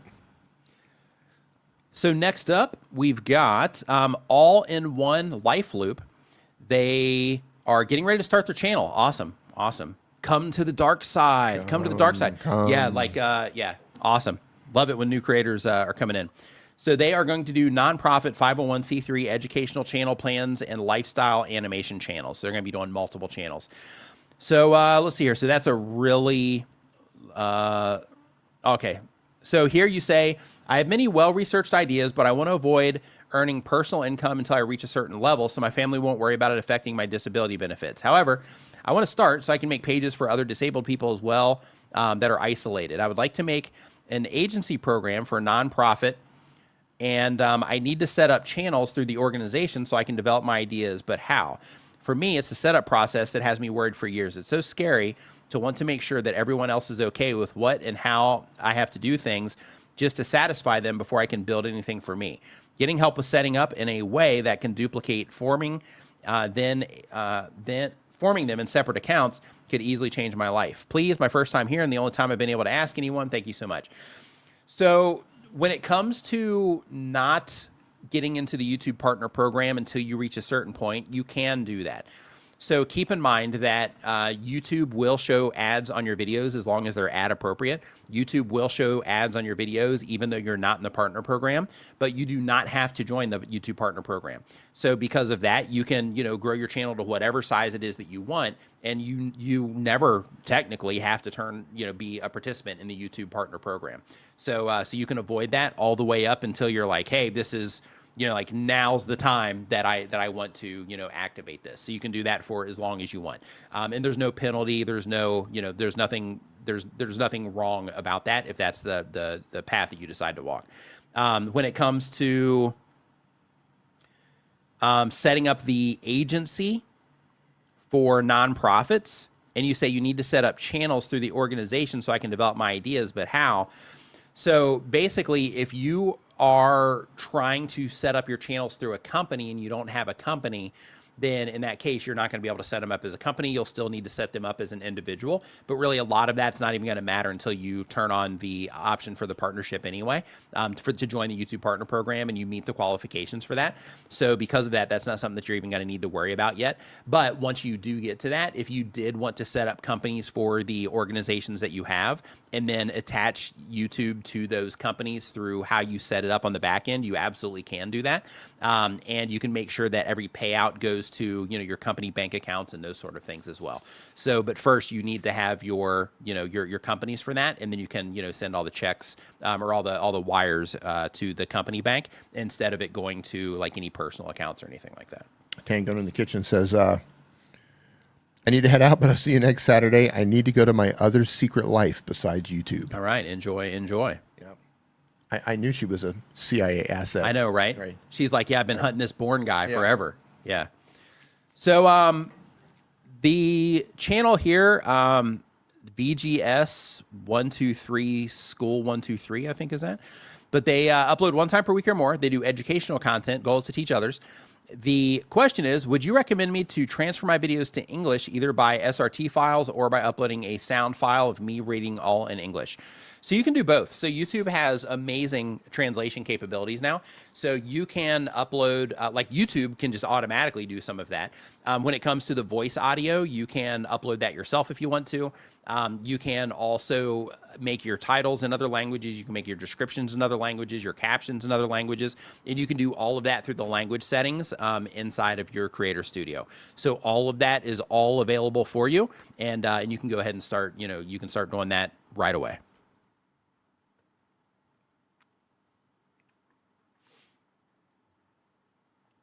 So Pixelated Double D says, how much time do you spend on a short before you upload it? It depends on the short.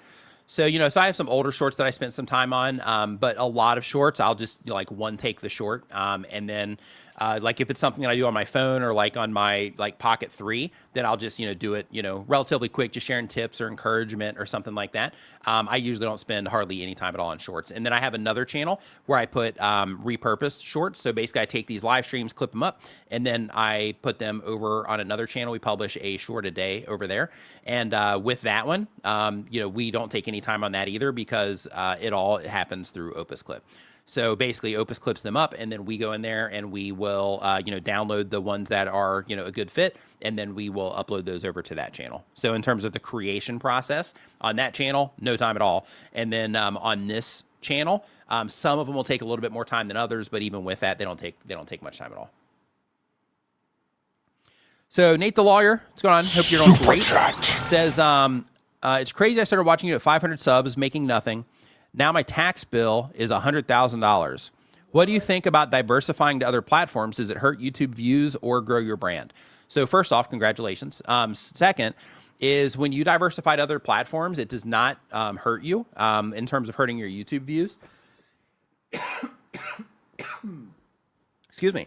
Yeah, it doesn't hurt you in terms of your YouTube views, and it can help you grow your brand. So basically, there's people that will go onto TikTok, like me, for example. I will usually, if I'm wanting to watch vertical content, just because their algorithm, it's not as good as it used to be, but previously, their algorithm just had me nailed. So, with YouTube's, it wasn't as good. So because of that, I would usually go over to TikTok for vertical content. So, there's people like that. In addition to that, there's people that watch TikTok that don't watch YouTube videos. And because their algorithms work differently, if you publish on TikTok or Instagram, as an example, in addition to YouTube, then, you're going to have people over there that their algorithms will, serve you to that might not have ever seen you on YouTube and vice versa. Like if you're publishing to them and you are also publishing to YouTube, YouTube's going to show you to some people that might not have seen you over in those places too. So it just gives you the opportunity to really expand what it is that you're doing into these other platforms. Nate, I know last time you were in here, I took a look at your channel. And there was a video, I think you had over 1 million views. It was about something that happened in Minnesota. I think you're in a unique position to give feedback and give reactions as a lawyer, establish yourself as a lawyer on all of the other platforms. Be great for business too. I think right now I think with everything that's happening in the United States, I think it is a gold mine, unfortunately, content-wise, for someone like you to either give professional input on or reactions to events that are happening, because there's so much stuff going on right now. Mm-hmm. If I were you, I would be on all the platforms. I would be everywhere if I were you. Mm-hmm. Just because I think you have because you're a lawyer, you have that authority, so people are going to listen, and because you are having success on YouTube, so you just need to figure out how to crack the code on those other platforms to grow over there, because each platform's a little bit different in terms of how people respond. But I think you have the ability to grow huge channels on all the platforms. So go for it, man. Yeah, and with that too, also like if you do, anything where if you do use any of this for, business and stuff, then in that case, like you're missing opportunities by not being on some of those other platforms. Yeah. And fortunately, when it comes to content, like right now with you publishing shorts on the channel, and I'm waiting for my thing to load here to see the dates on these. Are we pulling this up? No, I'm just looking at it here. So, oh, okay, you haven't published a short in a while, so never mind. I was going to say, like, when you have like a piece of vertical content that you make for YouTube, then you can just do that with hardly any extra effort at all. So it also makes that sort of thing easier too. But you're not publishing shorts right now, so. Yeah, that's what I'd be doing on those other platforms. I mean, I would grab my phone and just give a hot take on something that's happening. Yep. Something controversial, and give your take on it from a lawyer. 100%. Give your input on it. That's what I would be doing on the short form platforms. Mm-hmm. So next up on the list, we got ChinaJoCarole, I think is how you say that. They upload every other day, been on YouTube for less than a year. The type of channel is a music/influencer. The goal of the channel is to be a full-time creator. And the question is just advice, whatever advice. Okay. So they say my channel is a music channel. But I showcase my entire life as well. So that way I frame it So wait. So the way that I frame it is really the songs and stories behind them from the talent and the journey. Okay. So let me pull your channel up here, see what you got going on. See what you got happening here. Load it up. Yep. Okay, so let me go to the main channel. What's China up to? Okay, let's go ahead and get this pulled up. All right. So you're on music and you're mixing in your life. So let's see what you got going on here. Okay, why my mom's death changed everything. Singers. See, it's getting cut off there. So this song was removed from streaming. Here's why. The Star Spangled Banner vocal cover. Okay, so a couple of things is one is, hold on, promised a wee but left me starving. So deep because, you know, hold on, I'm looking. Yeah, go ahead. Go ahead. Ask me your question. Go ahead. Yeah. So with this, right?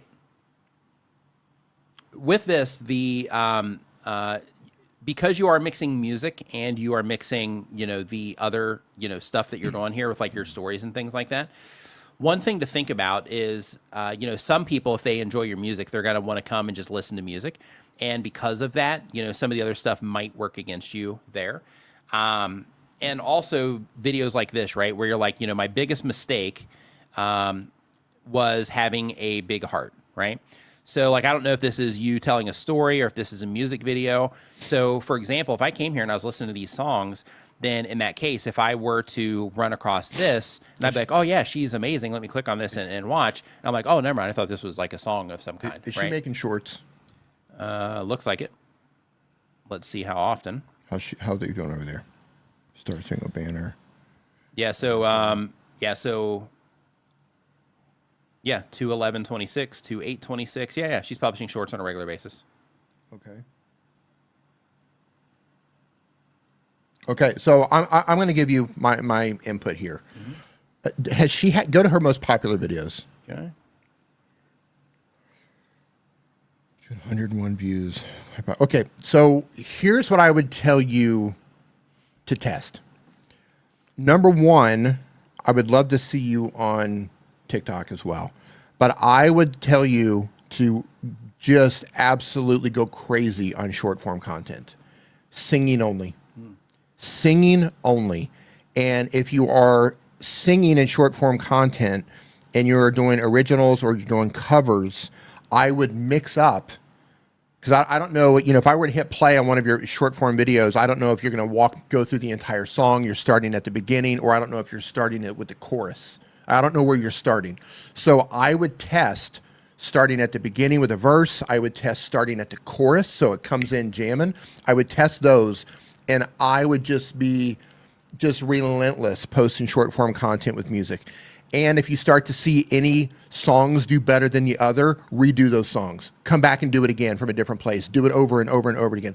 What you see happening over on TikTok, because so many creators or musicians have exploded on TikTok, is that they will push a song over and over and over and over again, almost to the point that you get sick of it.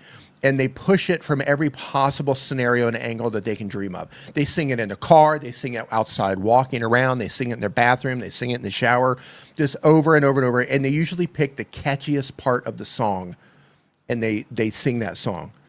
That's what I would do for your shorts. Now, when you start to see things starting to pop off in your shorts and your short form content, oh, this one's working, and every time I do this part of this song, it works. It really works. Then maybe consider taking that and moving it over to a longer form video, testing that in long form. Because what you have to do as an artist right now, you're kind of putting the cart before the horse. Just looking at your thumbnails here, you have an incredible story to tell. But first, you have to make people love your music. When you make them love your music, then they'll want to hear about your story. Right now, you're putting your story out there first, but nobody's finding you yet. So nobody yet is caring about your story as an artist, right? You're putting the cart before the horse. Let them fall in love with your music, and as you start to build a fan base, then start to open up about your story. That's what I would do. And I would start with short form content, and I would just be relentless and only pick the winners for short form content to make videos for long form content. And then as you start to build up long form content, then start dropping in a story video, right? You should have more music, less stories. Just pepper them in. That's how I would approach that. And Nate the lawyer, thanks for the super chat. Says this super chat is to say thank you. I didn't know how to do YouTube, but I watched you every week and learned. Now I get 3 videos a month with 1 million views. You're a big part of my success. Thank you. Awesome, man. Love seeing it, and thank you. Yeah. Yeah, music is tough. Music is tough, but you know the days of I'm just going to write a good song and just people are going to find it. The music industry has changed. Yeah, it could be more strategic for now. better or for worse. It's changed. You know, I'm sure you follow other musicians on the other platforms. If not, create a TikTok account. Go follow some of the artists that are blowing up over there and just study what they do. And you're going to see they just pick one song and do it over and over. What that does is it creates a system over there to where you hear it once. Yeah, that's pretty good. Maybe a couple days later, you hear it again because they keep making different videos about it. And then, okay, that's pretty good. Hear it a third time. That's pretty good. Hear it a fourth time. Oh, there they are again. Why do they keep repeating this song? And by the 10th time you hear it, you find yourself singing the song. And then it becomes a thing, right? They're built through habit. They're drilling it into your head. And it works. It works for good songs. Ladies and gentlemen, Roberto Blake in the house. Roberto is the author of the Create Something Awesome book here that will help you start profiting from your passion on YouTube. You can find this on Amazon. Just search for Create Something Awesome or search for Roberto Blake. All of those paths will lead you to Rome, so to speak. What's up, Roberto? Hope that you're doing fantastic. Nice to see you in here. Yeah, and I just want to emphasize what Roberto says at the end of this, where he says, nobody cares about your story yet. And that is just the perfect way to say it. Until people get to know you, until people fall in love with you as the creator or the musician, they don't care about us. Yep. They don't care about you. They don't care about me. They don't care. They don't care until you give them a reason to care. Mm-hmm. And if you're a musician, the best way to get them to care about you is by making music that they love. Mm-hmm. So focus everything on your music and be relentless with short form content on all the platforms that you can do it on. Yep. And when you pick the winners, curate that stuff. Mm-hmm. Good luck. Next up, we got Home Rapid Repair. What's going on, dude? Hope you're doing great. It says he uploads 1 time per week or more, but on YouTube for a year or more. Does home improvement content. Goal of the channel is to make money. And the question is, when I have a good performing new video, should I worry that my next upload will take away impressions of the good performing video? Technically, if you publish a new video like right after you publish, another video that's doing well, then in that case, YouTube might end up showing that video to some of the people that it would have shown the other one to if they're both a great fit. So they might compete with themselves a little bit, but the important thing to think about is long-term performance on YouTube. Like a good video is a good video. And because of that, like as long as people are enjoying that video, especially with what it is that you're doing with everything that you're making is pretty much evergreen. So because of that, I really wouldn't worry about that too much. I would focus more on, you publish 2 a week at this point. Yeah. So in that case, I really wouldn't worry about it. So if you have a video doing well, you might see when you publish that next one, you might see a little bit of a dip as it starts prioritizing that one to see how people respond to it. But, even with that, so with both videos there, they might both go in front of like the most engaged people, but then it'll start kind of segmenting out from there in terms of like, well, this one, is probably one that, these people will enjoy more. This one's one that these people will enjoy more within, the people that, love your type of content. So yes, I wouldn't really worry about that too much. I would just think more about long-term performance. In your case, because you're doing evergreen content, I really don't think that you have, much to worry about there. Got another super chat? Super chat. Pixelated Double D, thanks for super chat. Says I have a close friend, 10 million subs on YouTube. Can YouTube provide an actual path for someone wanting to understand the platform and try to catch up on all the knowledge that you guys have? Okay, so all you have to do is put all the knowledge you have. Yeah, all you have to do is put in 11 years as a content creator on YouTube. You got to work with a bunch of other content creators. It's a big question. You got to study, YouTube for quite some time. You got to do all those things. But no, seriously, like a great place to start is YouTube has their own resources. So give me 1 second here, and I'm gonna give you something. I'll drop it in the chat here. Yeah. The pathway, I mean, he's going to drop some resources in here. The pathway is to know that you're in a hamster wheel running, not just to make content, but to make sure that you are staying relevant and in front of your target audience. Yes. And the biggest advice I can give you, and this is for every creator on any platform, is to learn how to connect with the person that's watching your video. And that means, and you might be a natural at that. Some people are just really natural at how they communicate, and they just turn on the camera and they're just great at what they do. Some people are natural. Some people have to, through trial and error and testing, some people have to build that skill. You have to learn how to communicate. You have to learn how to make things people want to watch. If you can do that, and you can do that consistently, and you can figure out, oh, every time I do this, this happens. Every time I make this sort of video, people respond. This works, this doesn't work. And you can repeat that process, then it's just a matter of how much work you want to put in. So find a process that's repeatable, learn how to connect with an audience, and then determine how much work you want to put in to get to where it is you want to go. Yeah. So I'm going to drop this into the chat right now. So this is YouTube's official resource for bringing creators up to speed on like getting started on YouTube. Now, with this information in here, you can learn a lot of, stuff for getting started. There is some stuff in here that's vague, and I think it's just because they have to be, pretty vague when they're doing this, because there's so many different types of creators, and there's so many, so much different types of content and all that stuff. However, you can find some really good information here for understanding the bare bones basics of getting started with YouTube. So for example, they have a getting started with YouTube here, building your community, how to make money from YouTube. And like when it comes to making money, like most of this is focused on, or all of this is focused on like on platform, monetization. They have growing your channel, how to get involved, with stuff, their policies and guidelines. So in addition to, and I'm glad I ran across this policies and guidelines part, but in addition to learning, these types of things on YouTube, make sure that you don't skip this down here. And this is for everybody in the chat. Make sure you don't skip this down here, because these are the types of things like right now on the internet, you see people talking about, my channel got banned for spam and, things like that. In a lot of cases, it's because they violated something here that they just didn't know existed when it comes to a rule. Like, for example, there's people that will go around YouTube and they use other people's comments to try to sneakily get viewers, from channels. And they post the same things all the time and stuff like that. And because of that, over time, as those get reported and as YouTube detects it, they will see you as a spammer for putting those, unwanted repetitive comments there.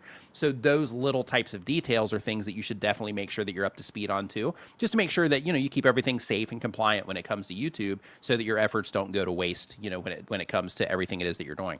But when it comes to the resources here, like if we click into getting started on YouTube, which is really, what it was that you were wanting to focus on, you can see here the fastest way to get started. And, they share some videos with you and give you tips on, creating videos and, all of that stuff, tips for how to make videos on your phone.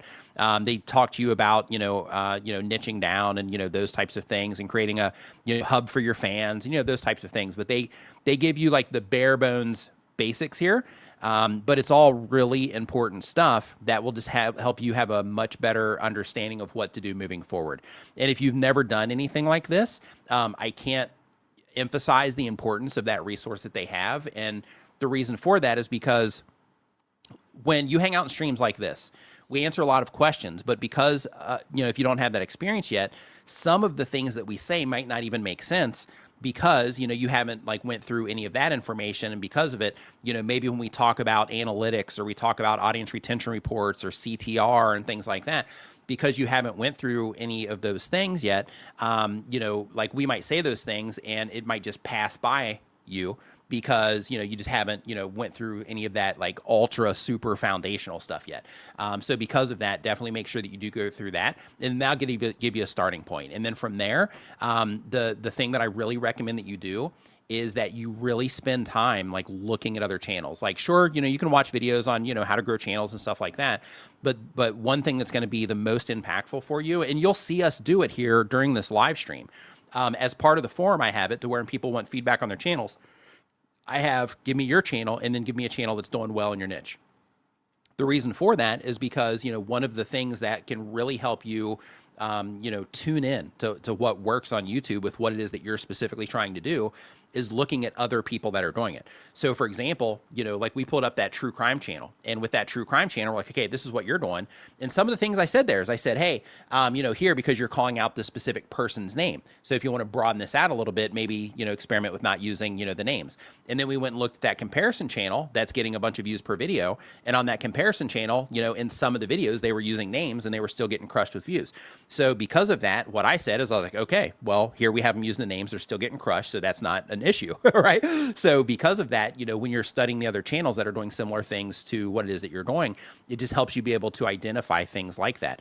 Another thing that we noticed when we were doing that comparison is that channel that's doing awesome with the videos, they have this series that they do to where every so many videos, they'll publish a video on like 5, I can't remember the exact way they framed it, but it was a list video about, 5 true crime stories that, just as an example, it'll be like 5 true crime stories that, you haven't heard yet or something like that. And that particular series almost always did better than the other videos that they were doing. So, those types of things are things to where you just look at channels across your niche and you see what's working. What are they focused on in thumbnails? When they first start their videos, what are they doing? What's their video quality look like compared to what my video quality looks like? How are they presenting versus how I'm presenting? How are they ending their videos? How are they starting their videos? How are they keeping people interested, as they're watching the videos compared to what it is that I'm doing? Let me watch their video and then watch mine and take notes on both. Those are the types of things that can really help you see more clearly when it comes to making the right choices on YouTube. So, educate yourself through that link that I shared on YouTube creators. And then from there, study other YouTube channels, and then also work on your skill sets around learning how to make, good and effective thumbnails, right? Because it's not pretty always isn't the answer, but it's effective. Like, what can I do in this thumbnail to help people identify that this content's about something that they care about? And then that's going to grab their attention. And then from there, how do I connect with them in the title so that they'll want to actually come in and click in and watch this video? And then from there, that's when, after you do that, then that's where, the fun, really gets started. So make sure that you go through all that. Did you just say pretty does not mean effective? Yes. When it comes to thumbnails. Yeah. Spot. That's what I thought you said. Yeah. Spot on. Yeah. That's the problem that I see with so many.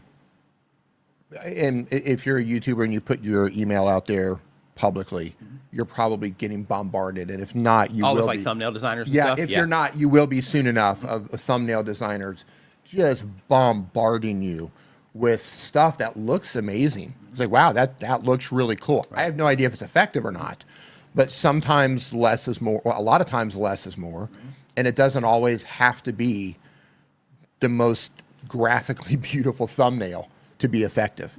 Sometimes a single picture with no words. Sometimes just a single word.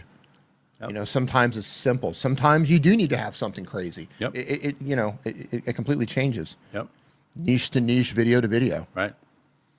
Bill with Mooney, what's going on, man? Hope you're doing great. Welcome to the stream. Renee Ritchie says, quality isn't production value, it's connection and vibe. Yep. Yeah. 100%. Yeah. That's why I always put a picture of Renee Ritchie in my thumbnails. That's why I have D in the stream, right? Because I know, I'm like, oh, okay, well, D comes in with this handsome fellow over here. They're definitely going to stick around for this guy. You see the otherwise I just leave him at Starbucks, right? So yeah. See, I hold this stream up. Renee holds my channel up. Yep. Who's holding up Renee? Right. Renee, who are you leaning on, Renee? Yep. We need to see where the dominoes are sitting here in this little thing called YouTube life. All right. So next up on the list, we have Mazzy Artistry. They upload when they have time, but on YouTube for 1 year or more. He said anyone Eminem years old is great in a thumbnail, is what you're saying. Eminem years old. I love that. So they upload when they have time, been on YouTube for a year or more. The type of channel is art, storytelling, original stories, and videos about their characters and their worlds. The goal of the channel is connect with others who like what they like. And the question is, see here, it's long, so read it so it makes sense. Okay, so I don't exactly have a question yet. So if it sounds sloppy, just know that I'm making it up as I go. How do I make videos? How do I make videos? Okay, here's the question right after that one. It says, how do I make videos? I appreciate this, by the way. This is, I'm just winging it. Yep. It says, how do I make videos about my characters and worlds, attract more views and connect with others? Also, how do I get more subs? So there's a couple of things to think about, because it looks like this is where the This is where the core of the question is. So when it comes to getting more subscribers, the very first thing to think about is thinking about, okay, how can I make content so good and that people will enjoy so much that they'll want to subscribe so they can get more. That's how you get more subscribers on your channel. So you think about, okay, with this video, for the people that I'm trying to reach, what exactly about this video? What about the topic are they going to care about? And why is this going to be impactful for those people? And when it comes to the video content itself, what about this story that I'm telling is going to make them be like, oh, this is great. I want to come. I want to make sure that I don't miss a video here. And they'll, and that will cause them to want to subscribe. So when it comes to the subscribe side, it's that. So you can't trick people into subscribing. You can't trick YouTube into making people subscribe. None of that. It all comes from the content that you're publishing. In terms about making the videos about your characters and your worlds attract more viewers. So I'm going to take a look and see what it is that you're doing on your channel here real quick. And let me check something here. Okay. You pulling them up? Yep. Okay. So on your long form content, it looks like you haven't published videos in a month. So another thing when it comes to getting subscribers is showing up, for people, and, continuing to show up. That's another thing that can help you get subscribers on your channel is publishing on a, somewhat, regular basis so that people can start to expect your content and hopefully so people can start looking forward to your content coming out. I'm going to look at your shorts here, see if you're publishing shorts. Yeah, you also haven't published a short since like a little bit before Christmas. So yeah, so step number one is to publish, publish content and to, publish on a, regular basis so that people will want to, be involved in what it is that you're doing. So next up, so really quick, K&J Lumber says the old how do I get more subs question rears its head again. Yeah, so, one of the things, and I understand this a bit, because I remember when I started, my channel, back when dinosaurs were roaming the earth, back then, I still had that same thing. I would look and I would see, like I would look at the view counts and I would be like, like, oh, sweet, this video is doing better. And I'd look at that and I would look and every single subscriber that came in, because you can monitor things at that time. And it's like, well, I got 3 more subscribers and you notice, all right? So, at those times, I remember thinking the same thing, like, man, how can I get people to subscribe more? And I think that's just part of the natural process until people run across information about, okay, well, I got to make sure that I'm adding value to the viewers, those types of things. So I think the subscriber thing, I think it comes up so much because it is just a natural progression and because there is, like a status of sorts connected to subscribers because of play buttons and, qualifying for the partner program and things like that. So I think those types of things are the things that, that kind of cause that type of response. Magic Pepper says, I miss those days in a way. Yeah, super low pressure, right? Super low pressure. So next up, we have Film School Dad. Film School Dad, they do bi-weekly content, but on YouTube for a year or more. They do movie reviews, essays, and commentary. The goal of the channel is to connect with others who like what they like. And the question is, how should I follow up on a video from 1 month ago, not my latest video, that is just now blowing up? My usual content consists of current movie topics. However, I made a video last month about an older film. It initially tanked, but a few days ago, it began finding new life in the suggested feed, and it's moving fast. It's currently getting a few hundred views per hour. Should my next video continue my usual content, or should I recognize that this is what's being watched and double down? Yeah, so if you have a video taking off, the rule of thumb is to double down. So for example, or not for example, but the reason for that is because the way that YouTube's system is going to work in this case is that video that's starting to take off, which I'm guessing is probably either the Eyes Wide Shut video or the Odyssey video. Or heck, maybe it's the Life of Chuck video. Not sure, but yeah, you've got a few outliers here over the past little bit, or in your first 2 rows of content. But yeah, so what you want to think about is for the people that came in on that video, what would be something that you could make for them that they would enjoy as much as they enjoyed that video that's blowing up right now? And the reason that you want to think that way is because as those people are enjoying your content, for the people that are really enjoying it to where YouTube's like, yeah, these people definitely want more of this, they're already pulling content from your archive and showing some of that content to those people. If you publish a video tomorrow for some of those people that are interacting with it today, when they open up YouTube, they're going to see that video. So because of that, thinking about, okay, for this video that's blowing up right now, what is the next step? Demon Dro, what's up, dude? Hope you're doing great. So for the next video, you want to think, okay, if somebody's watching, like, let's say, for example, it's a video on the Eyes Wide Shut. So if they're watching that video and they're really enjoying that, what's another video that I could publish next that those particular viewers, if it's driving the channel right now, that those people would really, really love? So that's the approach that you want to take with that.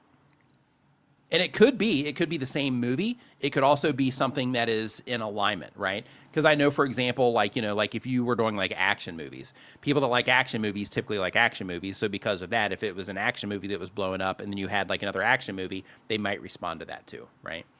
So yeah, just making that next video about something that they are likely to love because they're interacting with your channel right now, which means that YouTube is, you know, for the people that are the most engaged in what you're doing and they're enjoying it the most, YouTube is going to, you know, start showing more of your content to those people. So you want to make sure that you're able to capture them and bring them back in.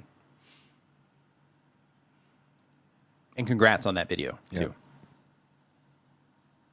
So next up, we have RJ Crochet. They upload 1 time per week or more, been on YouTube for less than 6 months.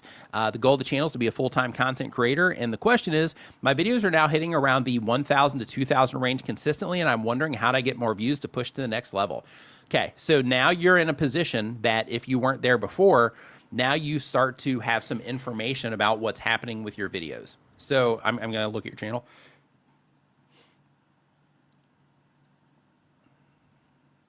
Okay, so you have 3 days ago, 6 days ago. Okay, so you're regularly publishing long form. And let me see if you're doing shorts on a regular basis. So yeah, you haven't done shorts in a while, so that's fine. Okay, so with your long form content here, so the thing that you didn't have before, or I mean, you had it, but you just didn't have as much of it, is you didn't have a lot of real information when it came to people interacting with your YouTube channel. So once you start hitting like, you know, over 500, you know, views on your channel, you can start to get, you know, a clear picture. But now that you have, some of these videos have like 1.8 thousand views, 1.6 thousand views, 2.5 thousand views. So now you're in the spot where you can start looking for patterns in what it is that you're doing. And start looking for mistakes that you're making. So for example, what you can do now is you can go into your audience retention reports for your videos. I'm not sure if you know what those are. If you don't, in every single video that we have on YouTube, you know what, I should make graphics for all this stuff so we can just pull it up when I say it. That would be super, yeah, super helpful. So as you're saying it, you don't have to just... Yeah, I can just be like, here, it looks like this. This is, yeah, this is exactly, that would be, that should do that. Okay, anyway. So... basically, an audience retention report shows you a graph. It's a second-by-second graph that comes with every video that shows you exactly how people are responding to your videos on average when they're interacting with it. So what you can do is you can start looking for things like, okay, when I, you know, when somebody first enters my video, how do they respond to, you know, that? Do I lose a lot of people there?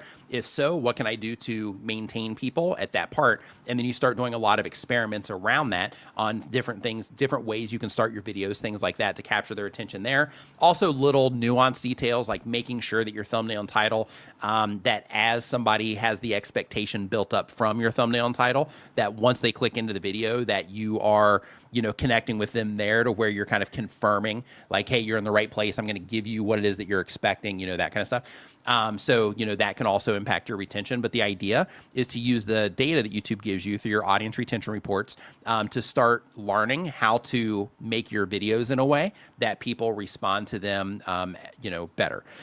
In addition to that, another thing that you do now is, now that you start having these videos that are doing better, is you start going through and looking and you say, okay, when I do these types of things, I'm just going to pull your channel up here real quick.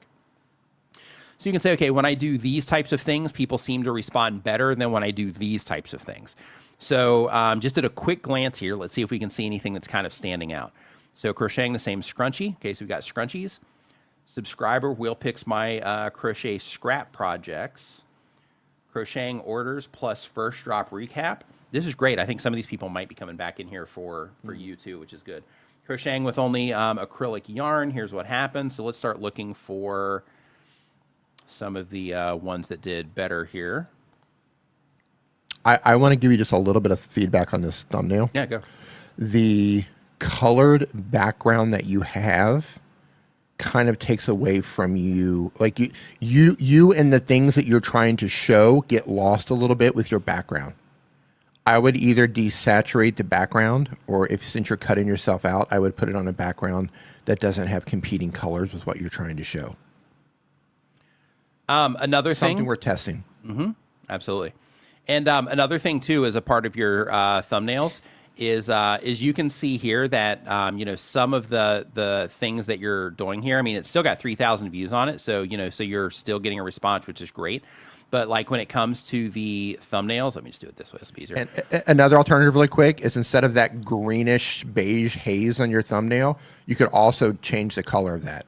Yeah, here for their background. It looks like they just blur the background, yeah. Yeah, right. It's you could add a different tone to it, like a bluish color hint, a bluish tint or a purple tint, or just something that's not going to take away from you and the things that you're holding.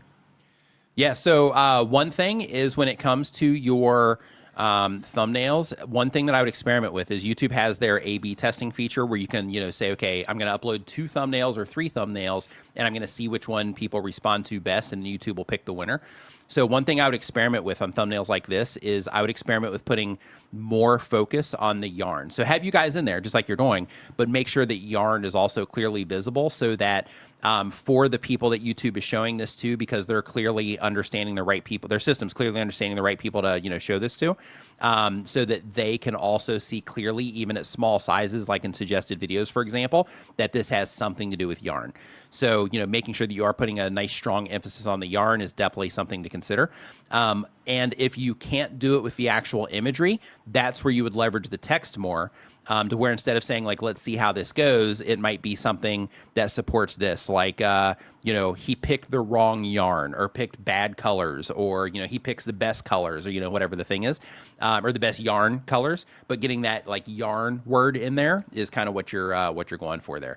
And then also when it comes to your titles, oh, you know what? It's actually pulling that in from there. That's not actually you. So yeah, so that's fine. One thing that you also that I wouldn't worry about right now is putting the episode numbers in here. So the way that you do this on YouTube is that you put that kind of stuff into a playlist, and then people can go into that playlist and they can watch them in the order that you have them. And then you can link to that playlist in your pinned comment. You can link to it in your end screens, that kind of stuff, and then they can go in there and do it and watch them in order that way. It's fine if you keep your scrap yarn Saturday on here, but I wouldn't worry about putting the episode number on there. It's not really adding any value to what it is that you're doing, or any information really to new viewers. So when it comes to YouTube, especially if you're trying to, get out in front of more people, you want to try to make it to where there isn't anything that would make somebody feel like, okay, well, there might be, a bunch of other episodes that I have to catch up on, right? So you want to be able to just come into that video expecting to watch the content from that video. Other things is like here, your text, like you're getting clicks on these, but like your text, for example, might not be necessary. It might be better to make yourself bigger, like in this thumbnail here, like making yourself bigger to where you have more focus on like the things that you're making with the yarn and less emphasis on the text, right? Because you're adding like the recording frame here, and you're adding the text, which really isn't super necessary. So one of the things that I would experiment with when you're A/B testing, and you might find that people respond to this better, but the thing that I would experiment with though is scraping away the text on a thumbnail like this, scraping away the extra graphics with the recording thing, and just focusing on like a bigger version of you to where you're kind of filling up this space here too, to where it's just a bigger version of you with more emphasis on the things that you are showing here, the actual objects that you're making with yarn. And with that, one more thing that I would do is, I'm not sure what you're making these thumbnails in, but if you have the option inside of Canva or Photoshop or whatever it is that you're making these in, then even adding a little bit more saturation to this yarn just to kind of make it pop and bring it to life a little bit, because like these are really colorful and you have an opportunity to really make these thumbnails kind of stand out. But right now, because the colors are kind of muted a little bit, it makes it where the thing that would matter to the viewer doesn't really pop, that much. So I would definitely experiment with those sorts of things too. But yeah, so a couple things just to recap. Audience retention, right? So looking in there just to see how people are responding to things. Adding a little bit more focus and color to your thumbnails. And by color, I just mean, increasing the saturation on the items that you're bringing attention to, right? Which these types of things are things I would experiment with too. Like that shot that you have right here where you're holding it up. I'd experiment with those too as like one of the thumbnails that you test and just see, if it captures people's attention that are into yarn to bring them in. I love that you're doing longer episodes too, so I'd be looking for things like that as well. Like, let me just click on latest. And let me scroll down and see when you're getting less views.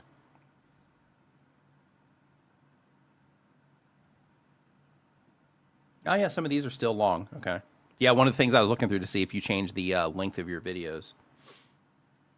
But yeah, so those things would be the things I'd work on right now.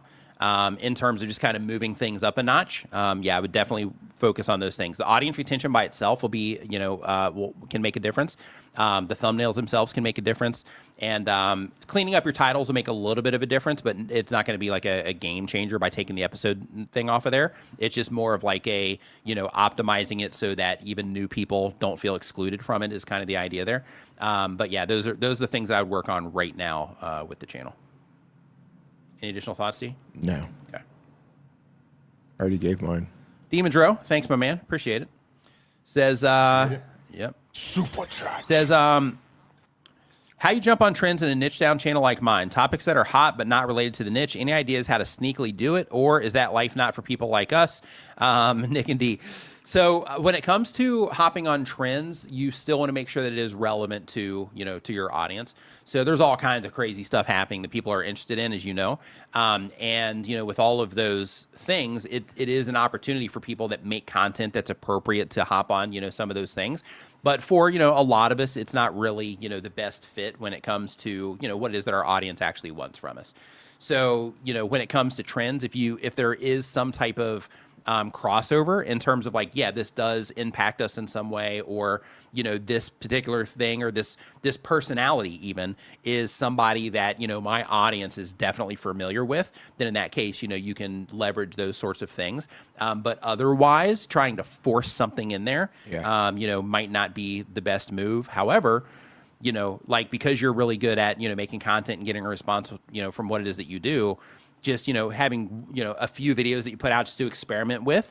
But, with those videos, you still want to make them for, for your viewers, but just saying like, okay, if I just kind of dip my toes into these types of things a little bit, how does my audience respond to them? Other things that you can do to verify this before you even make content about those things, is to just have somewhere in your video, preferably, towards the back of the video to where you, mention the types of things that you might want to, follow the trends on, and just see if you notice any dips in your retention there in terms of your audience tuning out for those parts. That's another thing that you can do to kind of, verify some of those things.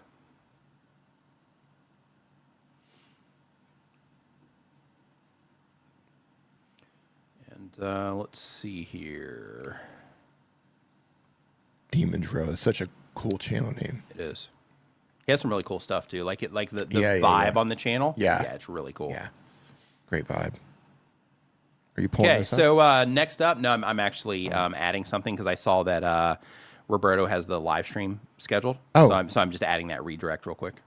Yeah, that seems to be the norm now. They're going live on the Opus when you're done. What is it, about an hour later? Yeah. Yeah. Yeah. So I'm just putting it in here for the redirect there after it's finished. There we go. What's the topic over on that? Make videos using Opus Clip that can get YouTube views. There you go. Pretty easy. Yep. So next up on our list here, we have Throttle Power. Happy Valentine's Day to you. Happy Valentine's Day. Yep. That's a cool name too. It is. Throttle Power. So did we do RJ Crochet? Yeah, I think that's the last one that we just did. Okay. So Sydney Ray Goff. They upload one time per week or more. They do life advice and golf content. The goal of the channel is to teach others.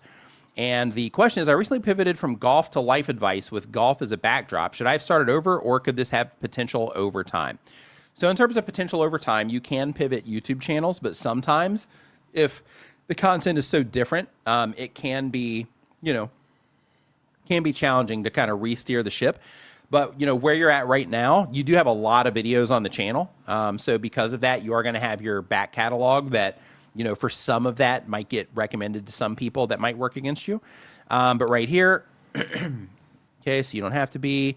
Why waste your time on misery? Don't be your own joke. Don't chase money. Chase this instead. So, yeah, so you are taking a really hard pivot. And you mentioned that you have golf as a backdrop. At least in the thumbnail here, and I'm just going to go ahead and just open this up. So like if we look at this thumbnail, like from the outside, like this doesn't have anything to do with golf. So I wouldn't necessarily say that you have golf as a backdrop. Same here. There's nothing actually this whole row up here, with maybe the exception of this one, if that's a golf course, doesn't really, scream that it has anything to do with golf. So because of that, I think that, so I don't really think that you have golf as a backdrop. Here, unless maybe in the videos themselves you're talking about in the golf course, which you're not. So yeah, so you don't have golf as a backdrop. It's just additional content that you have on your channel that's golf. So yeah, so with where you're at right now, if it was me, because you're at like 915 subscribers, and a lot of those people aren't going to come back for this, you can look in your stats and see if you do have returning viewers for this. But if this was me, I'd probably start a new channel for this, because if you have 182 videos that are golf related, and then now you're starting to go in this direction with where your channel's currently at, and you even name it Sydney Ray Golf, yeah, I would definitely, if it was me, I would start a new channel for this. Yeah. And really quick, Renee Ritchie, he says when you pivot to a new topic, you're essentially starting a new channel, just hoping there's some critical mass of viewers who like you or the new topic enough to give you a boost. May or may not help. Yeah, excellent feedback. What does Renee know, though? Renee, who are you to make these suggestions? Other than YouTube's creator, Liaison. Ladies and gentlemen, Renee Ritchie, YouTube's creator, Liaison. So next up, we have Quiz Pulse. They upload 1 time per week or more, but on YouTube for a year or more. The type of channel is a struggling channel. Goal of the channel is to make money. And the question is, I'm trying to build a loyal community, and he says he gets that on Reddit so much, it's delightful. Yeah. Who are you to give me this advice? He does. I've seen people coming at him on Reddit. It's hilarious. Reddit? Because I know. So like when I see it, I'm like, oh my gosh, like what are you doing? Yeah. And they're like, if you knew anything, blah blah blah, and it's just like, oh my goodness, yeah. Reddit, it's great. Yeah, Reddit and X. You know what I'm calling it? Twitter. Yeah. Reddit and Twitter. There we go. Welcome back, D. Yeah. Welcome back. Yeah, I had a moment. Yeah. I had a moment. I'm back. Reddit. You went through a healing process? I did. Yeah, we're back to Twitter Reddit now. and Twitter are just hilarious with people arguing with people who truly know what they're talking about. Like you can watch like user like Bob48792. Oh, he's a disaster. No, arguing with like an astrophysicist. Right.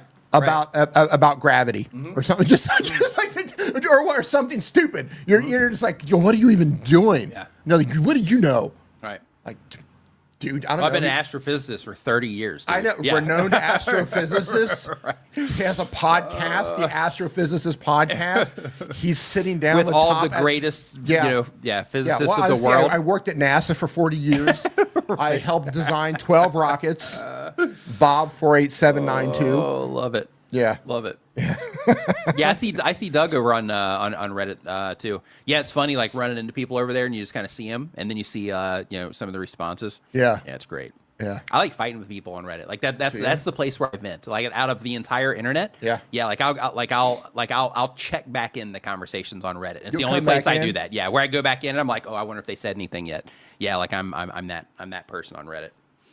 On one account, I'm that person. On another account, I'm clean. I don't do that stuff. My cousin said. Yeah. Right. Right. Well, my cousin said. Yeah.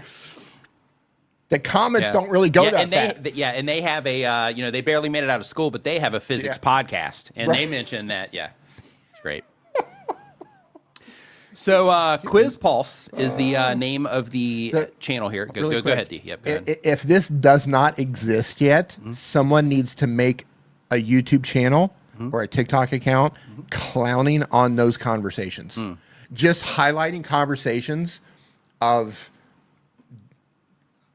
those people arguing with experts and arguing with people who actually know. Yeah. That would just be a fun thing to laugh at. Yeah.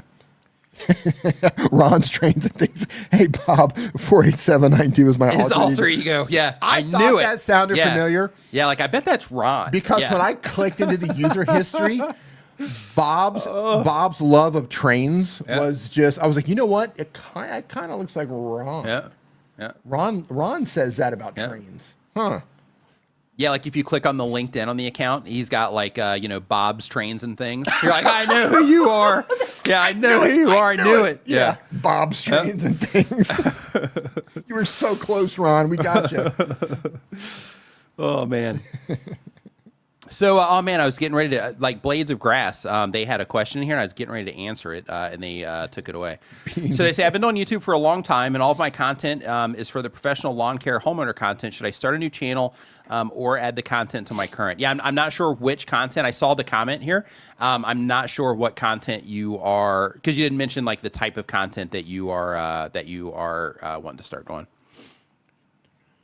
Rule of thumb, though, especially in your case, because I opened your channel when I saw you come in, it looks like you got like 500 and something thousand subscribers on the channel. So you've been in front of tons of people. So, typically the rule of thumb is, same audience, same channel, different audience, different channel. So Quiz Pulse is the name of the channel here. They upload one time per week or more. It's a struggling channel. And they say they're trying to build a loyal community, and my views suddenly dropped this month. So just as a heads up, when it comes to YouTube, and this is important for everybody, especially, when you see all these different things online about, you'll see one person that posts something like on Reddit or X, for example, to where they're going to be like, hey, everything is going great on my channel. Now, I like nothing's working on my channel. And then in the same exact moments that those are happening, you'll see other people that are like, oh, hey, I just crossed this milestone. Hey, my channel's blowing up right now. I just had my best video ever. And, those types of things are happening too. So so when it comes to these types of things in terms of fluctuations in your YouTube channel, it's important to know that everybody doesn't go up all the time. Right. So, everything, even when you're making good decisions, channels are still going like this. In fact, here, I'm going to show you guys something here real quick.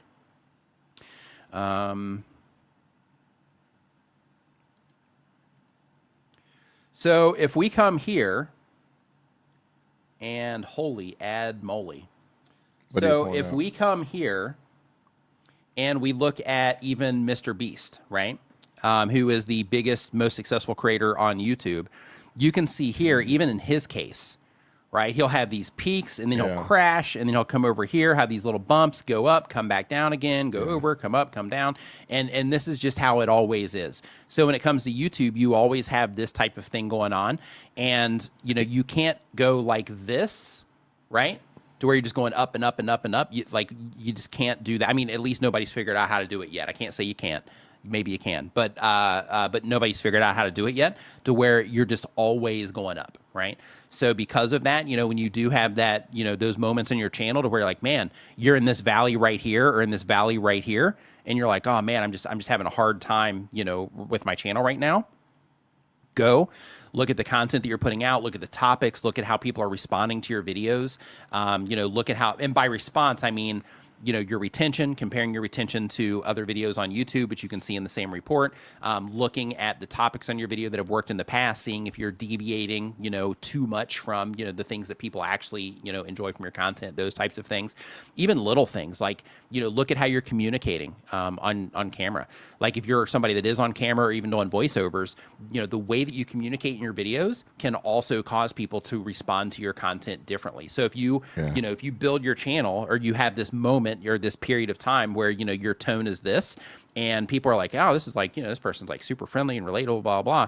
And then you change your tone over here, then all of a sudden you start creating this disconnect to where the people that are coming in there, they're not responding as well because that tone that everybody responded well to, you just don't have that, in that period of time. Because maybe you're going through stuff, whatever the thing is. But, but because of that, those types of things can cause people to respond to content differently too. And then of course, all the decisions that we make around our content, from the video idea itself, all the way through every single part of our video, all of those decisions that we make along the way can, help or hurt content. But for every person that, that their channel is, on the down, there's also, people that their channels are on the up too. That's just the nature of YouTube and how it works. So I just want everybody to keep that in mind. But you say here that you're trying to build a loyal community, and your views suddenly dropped this month. So, keep in mind, and I'm just going to take a look at what you're doing here really quick, Quiz Pulse.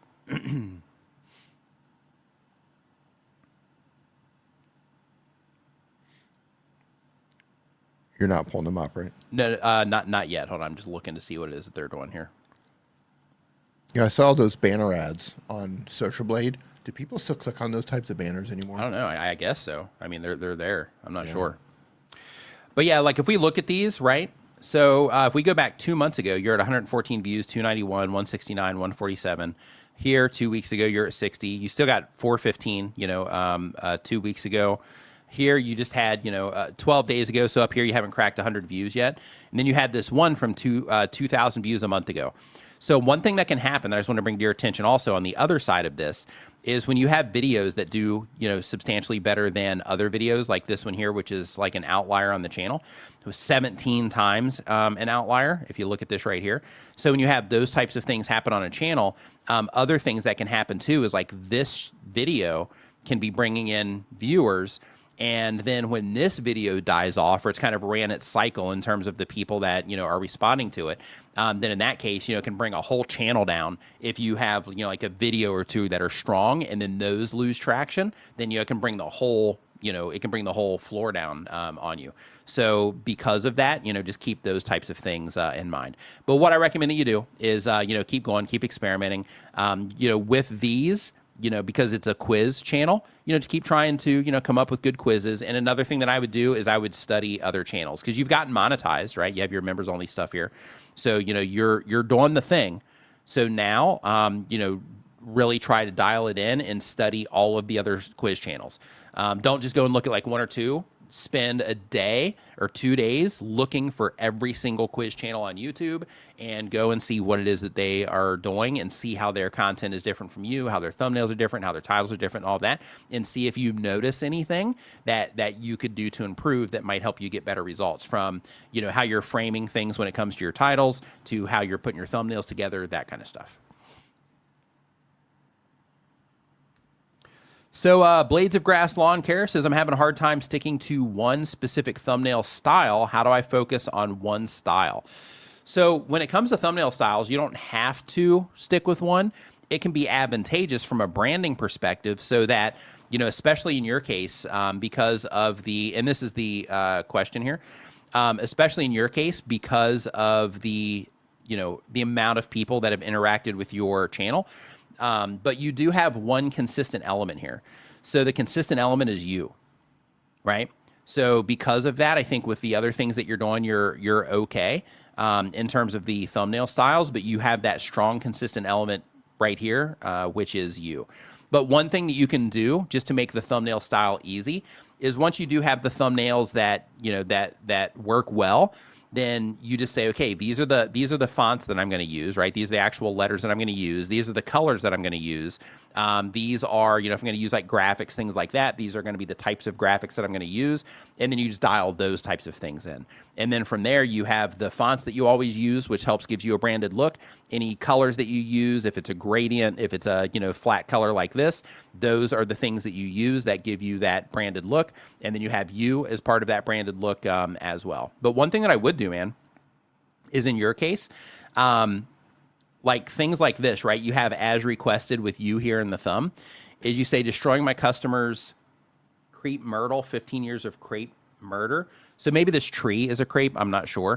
But since this is a lawn care channel, I would definitely make sure that it is clear that this is, like lawn care focus. So here you have as requested, which doesn't really give much. Here, I'll just do it this way. It's easier, so it holds it.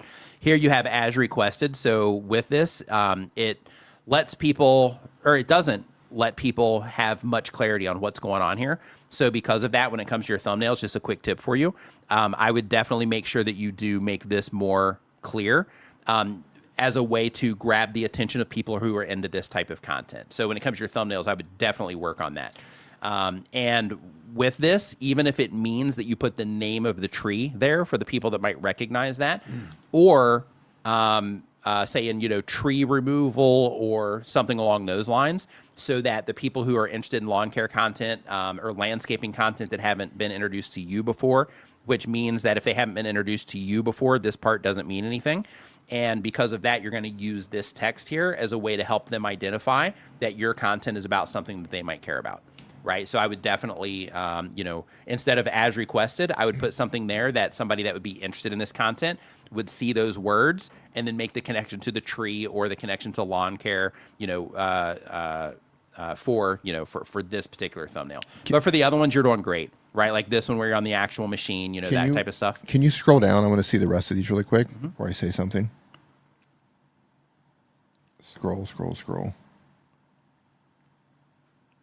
Okay, continue. I'll say something when you're finished. Okay.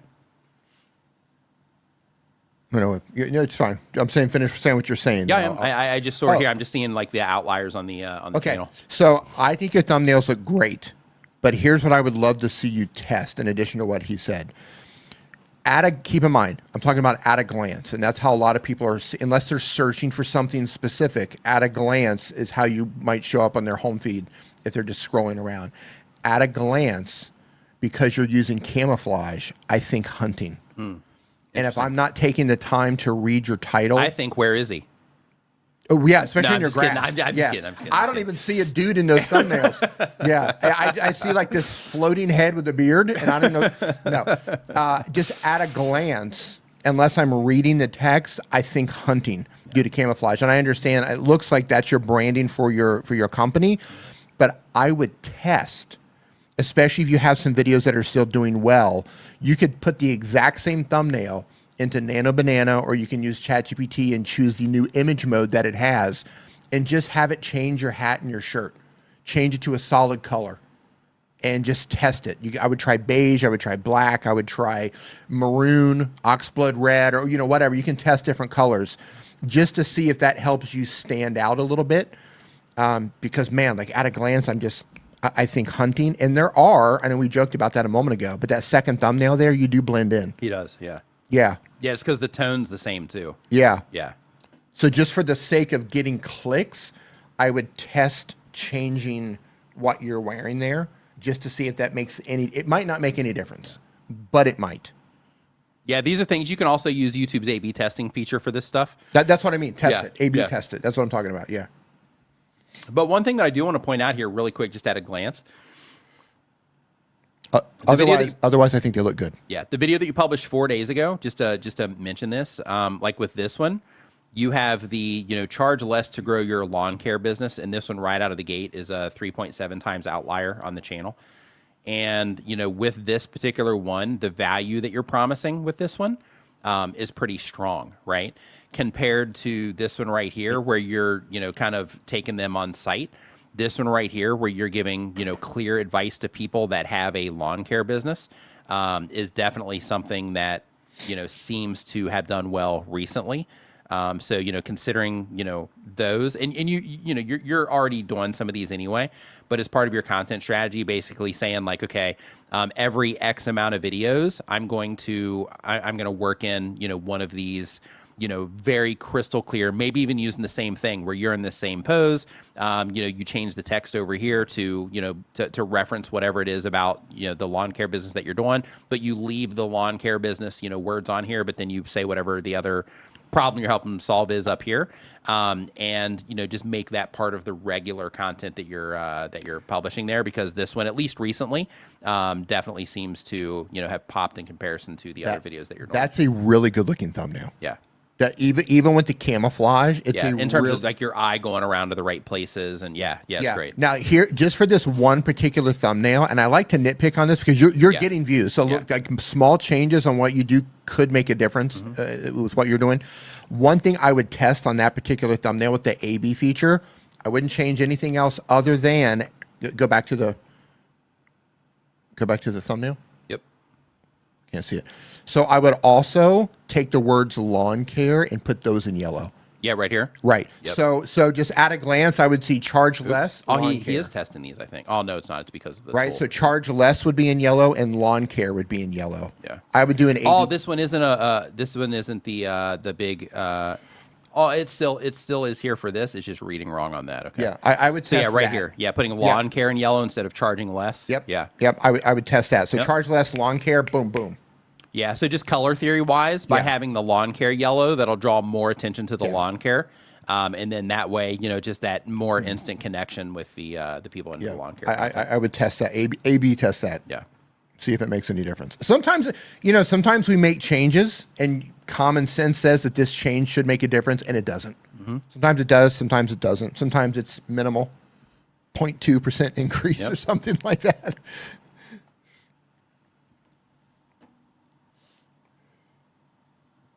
All right. So next up on our list here, we have, we did Quiz Pulse. So next up, we've got KGMJR32. Yeah, that's the one that was calling out the physicist on Twitter. Yeah, that's them. So they upload every other day, but on YouTube for a year or more. They do gaming content. The goal of the channel is connect with others who like what they like. And the question is, being from the gaming niche, I find a lot of success in shorts and okay success on video. What advice do you have to move to the next level? So let's see what it is that you are doing here. If you're enjoying the show, remember to give it a thumbs up and share it with a friend right now.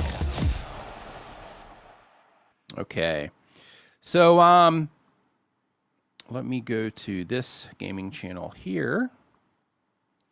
And let me go to your gaming channel here.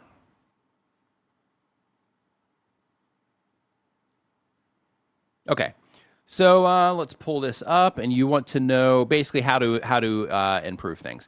So right out of the gate, I think that the branding that you're doing is interesting, and I'm not sure if this is part of the game's branding or if it's part of yours. But I would put less emphasis on your branding, more emphasis on the actual characters that will help the people that you're trying to reach understand that this has something to do with this game that they enjoy. That would be step number one. I do like how you have the Arc Raiders on here because that does let people know that it is about Arc Raiders, but you are covering it up, with this. So I think this looks cool, but it might be getting in the way of, people, identifying what's going on. But I think overall, I think your thumbnails, they look professional. I think a stronger emphasis on the characters would be advantageous because as you can see here, they're small. And if we take this and we scale you down, right? Like if we take this and we take you down like this, now, in a more, suggested video size, you can't really see who these characters are. You can still see the Arc Raiders, but, a big, strong emphasis on like a character and then having the Arc Raiders, how's your stash, on here would definitely be something that I would A/B test. And with that also, like how's your stash doesn't really say much, about the video itself. And another thing is you're, forcing this branding on here, which is also, just kind of cluttering up your thumbnails. You got a lot of stuff going on here. And I think really you should experiment with just simplifying what it is that you're doing so that it's more focused on the game imagery. Don't get me wrong. Don't get me wrong. I think this looks really cool from like a branding perspective, but I think it might be a bit much. So if you are bent on keeping that on there, then maybe just kind of bringing it down to like this area right here to where they just see it down in the corner. And then your viewers, the people that enjoy your content, then over time they can, start to identify it there without it overtaking the thumbnail too much, right? Because right now there's a huge emphasis on the branding stuff that you're doing, like more so than there is on helping the viewer identify the game imagery. So what you're doing right now is you're leaning more into people that are already interacting with the channel instead of saying, okay, I'm going to have something that's going to help those people identify it, as well as I'm also going to try to make this super clear and easy to understand for new viewers as well. So I would definitely work on that side of things. And then here, stash saving tips and Arc Raiders that you should know. Yeah, I think your title's okay. Buried City Loading, Loot Solo, Easy Loot and Fallout. Yeah, I think your titles are okay.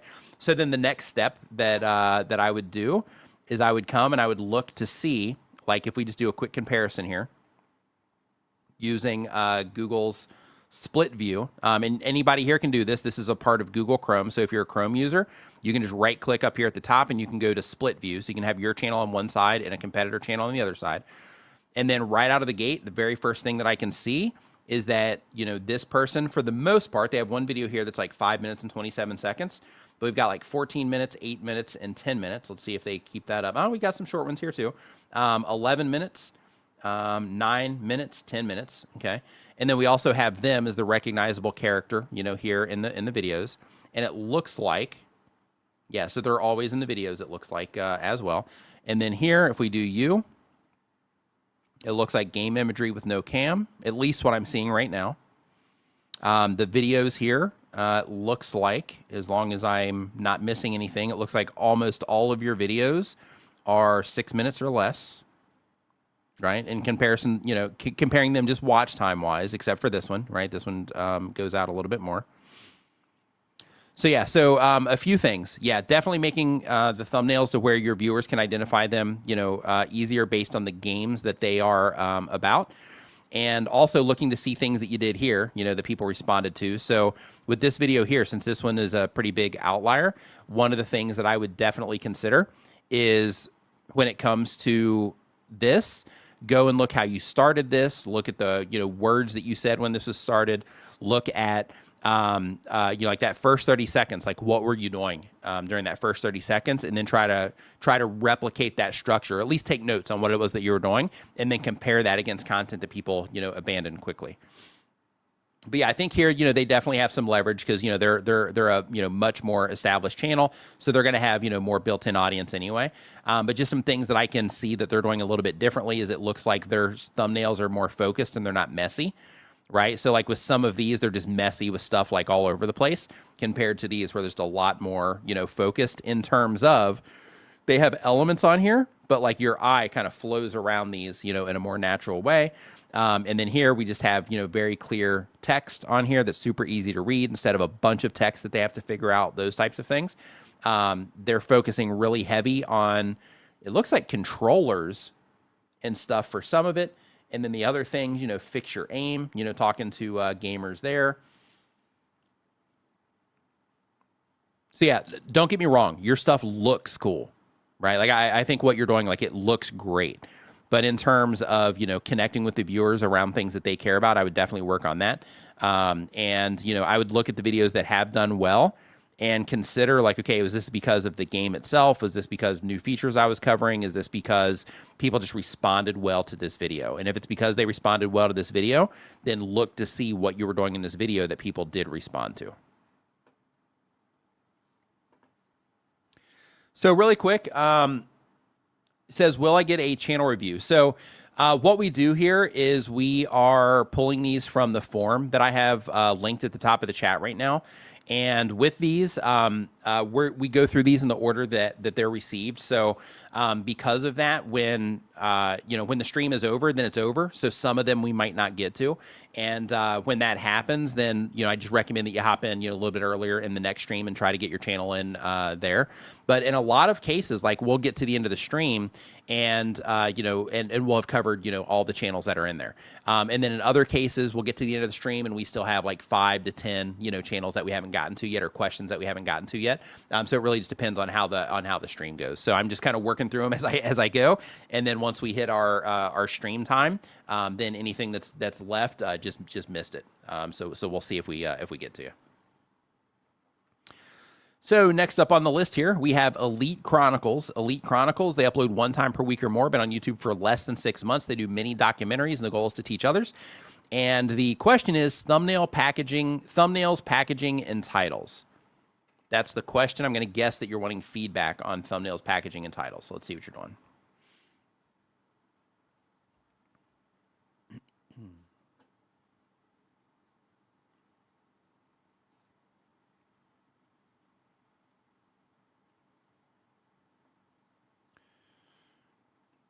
Okay, so the very first thing is you have a brand new channel.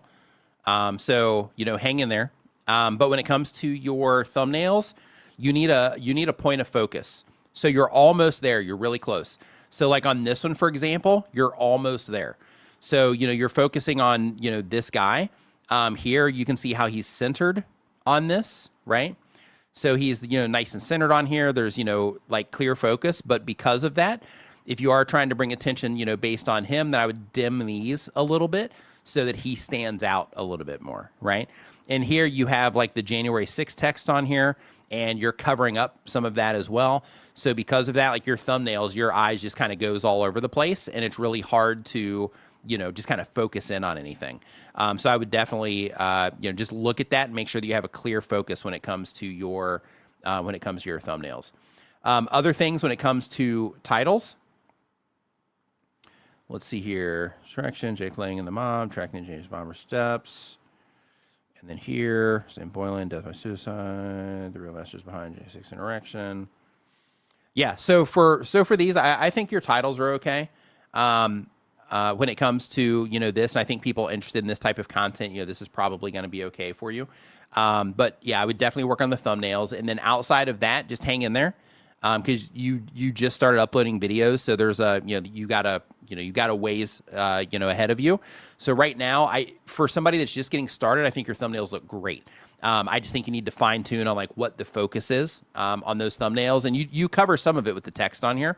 So I think that you're doing that part right with the text, but the imagery itself is just kind of chaotic and all over the place. And the place where this works against you is like if we go into this thumbnail. We scale it down to suggested video size, and like mobile feeds and stuff, you're fine. But if we scale it down here, you can't really see anything, right? So when you're making thumbnails, and this goes for all of us, when we're making thumbnails, what you want to try to do is you want to try to make it to where even at a size like this, there's something that's going to stand out to the viewer. And you're doing that with text, but you don't have any supporting imagery there. So that's one thing that I would at least work on is just like, okay, so I have my text focus, and then from there, what's the real focus of the thumbnail that I'm trying to do here? But you're new, so hang in there. You got this. Keep publishing. You're gonna, you'll learn this stuff along the way. But I think in terms of what things look like and how your titles are, I think you're off to a pretty good start. Next, we've got Kuz's Corner. And they upload every other day. Been on YouTube for a year or more. They make talking heads content for a sports channel. The goal of the channel is to make money. And they say they tried using the new quiz feature on their videos, but when watching it back with a separate Google account, the questions are not always appearing. Am I doing something wrong? So I'm not sure. I'm not sure if they, if they modify, the viewers that see that in terms of like logged in versus not logged in, or, if you have an ad blocker on, do they show it to you? That kind of stuff. I'm not sure. So that would be something that I would actually, because that's a more of a technical thing in terms of, did I set this up wrong? I would reach out to Team YouTube on X and see if they can help you with that, or take it down and, or take the quiz down and then, put it back up to see if, that, restarting it essentially, see if that helps at all in terms of getting it on there. Another thing is, ask a friend, hey, do you see it here? Have them do like a screen recording or something so that you can see exactly what it is that they're seeing, have them send that over to you. And then that way, you would make sure that it's not just a caching problem with your browser or something like that to where, the previous version is, saved in there, something like that. I can't imagine that's it. But if you did want that extra feedback, then yeah, I would, ask a friend to check that out. And then if you still have that problem, then reach out to Team YouTube, because there might be a bug that they don't know about, and you'd be bringing that to their attention. Okay, we already did Elite Chronicles, so we're going to skip that one. And we have Toysty. Love the channel name. They do animation content. The goal is to have fun. And they say, would exporting my 1080p videos as 4K reduce artifacting in dark parts of the final upload? I've seen some artifacting in my recent videos, and that's why.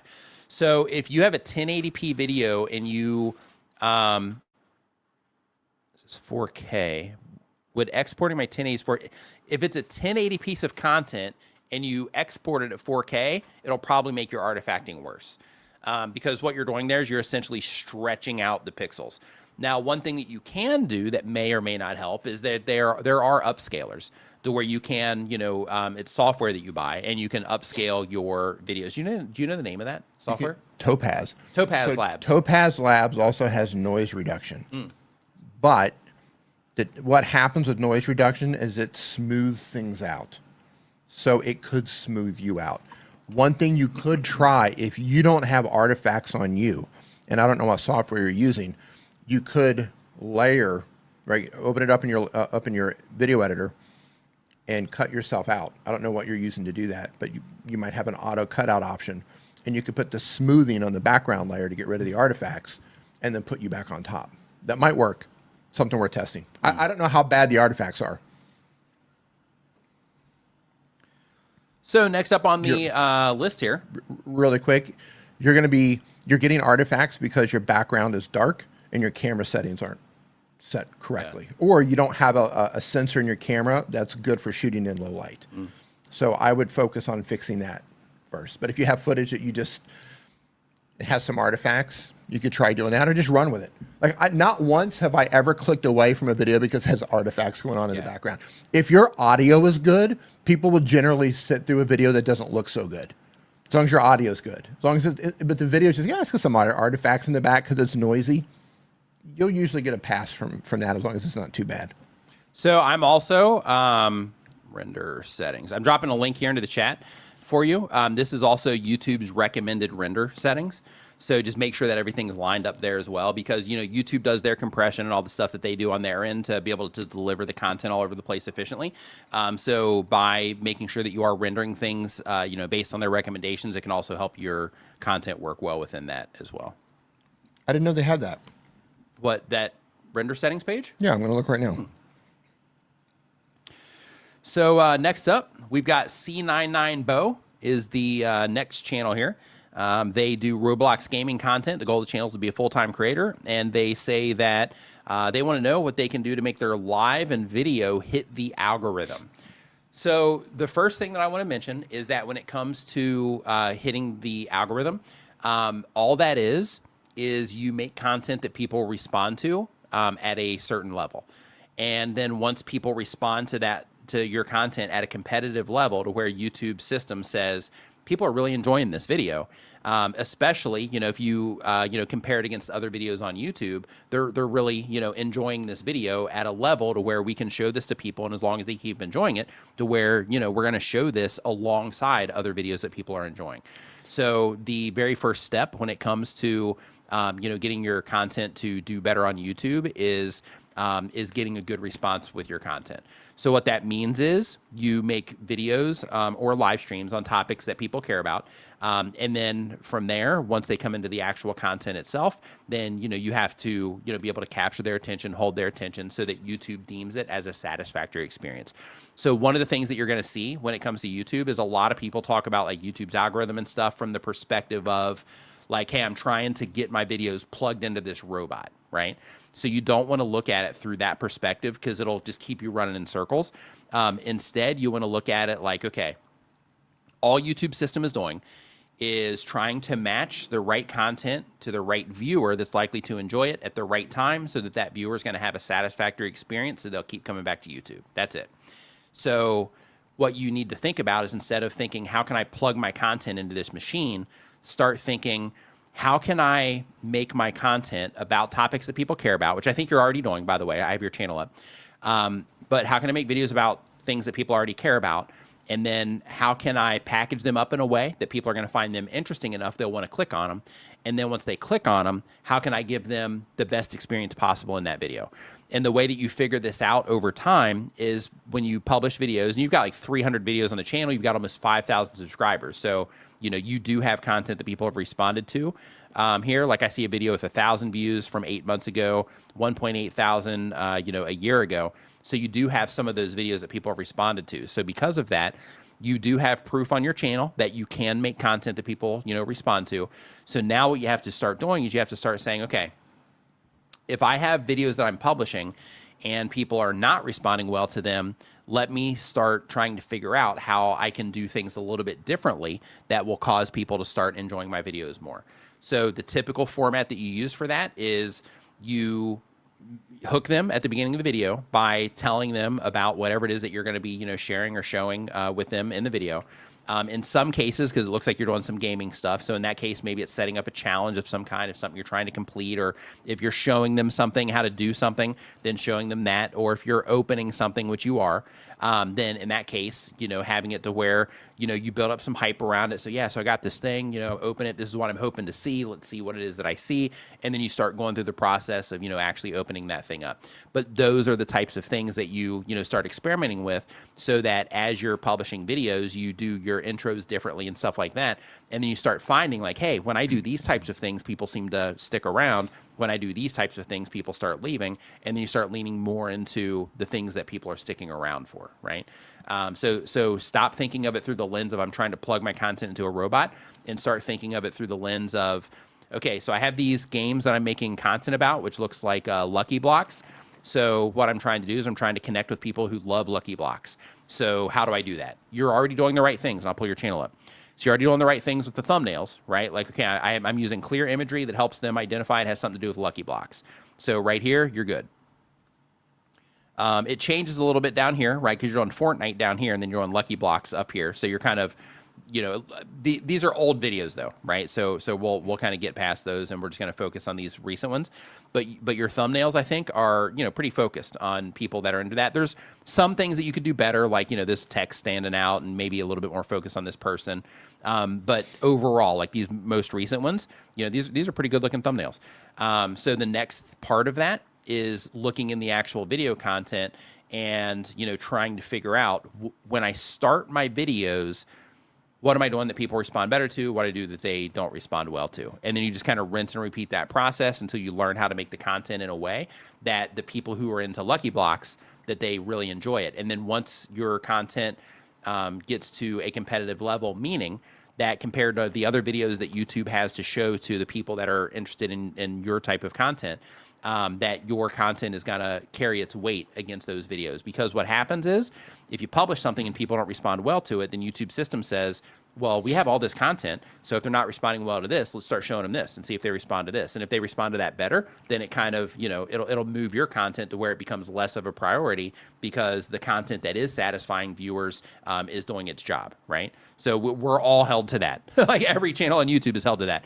So because of that, you just have to go through that process of learning how to do that. I want to address this one in the chat right here. This is an interesting one. I had a semi-viral laid off at 63 video that grew my channel quickly. How do I build momentum without becoming repetitive? Here's what I want you to do.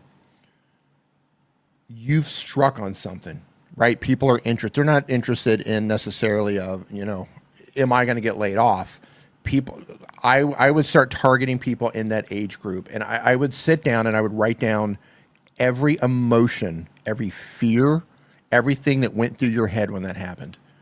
Because I would guarantee... I'm not done with you yet, C99, by the way. I would guarantee that that's what a lot of people are thinking when they click on this video, right? And I would make sure that when you're making videos moving forward to test this, I would make sure they have over 60. Starting over at 60. Side hustles for people over 60. I would start targeting that, because if that's your audience and they're buying into this, their journey right now. I was laid off at 63. How are you going to survive? What did you go through? What did you feel? Because they might have those same fears and concerns that it could happen to them, or maybe it did happen to them, or they're just trying to figure out how to survive in their 60s. And I would start making videos trying to answer those questions. Just make sure over 60, over 60, over 60. That's what I would do going forward. Do you have anything to add to that before we go back? And I'm sorry, I wasn't even paying attention to what you're saying. Yeah, I thought, it's okay. It's okay. No worries. Finished. No worries. Yeah, I was looking at this. So sorry for. Yeah. Oh, it's okay. Yep. So yeah, on your live thumbnails, for these, I would make unique thumbnails so that you can see if you can do anything that people respond to better than the ones that you're currently doing. So basically what you're doing is you're repeating something that people aren't responding to, instead of trying to experiment with things that they might respond to.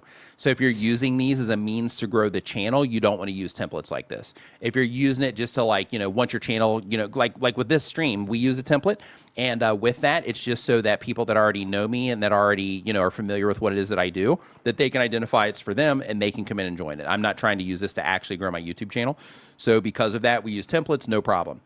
In your case, if you're trying to use this to grow the channel, then make unique make unique thumbnails for them, so you can learn over time what people respond to. Why cut you off right at the end of that? Doesn't matter. You say the reason that you repeat the thumbnails because I use shorts, short form streams.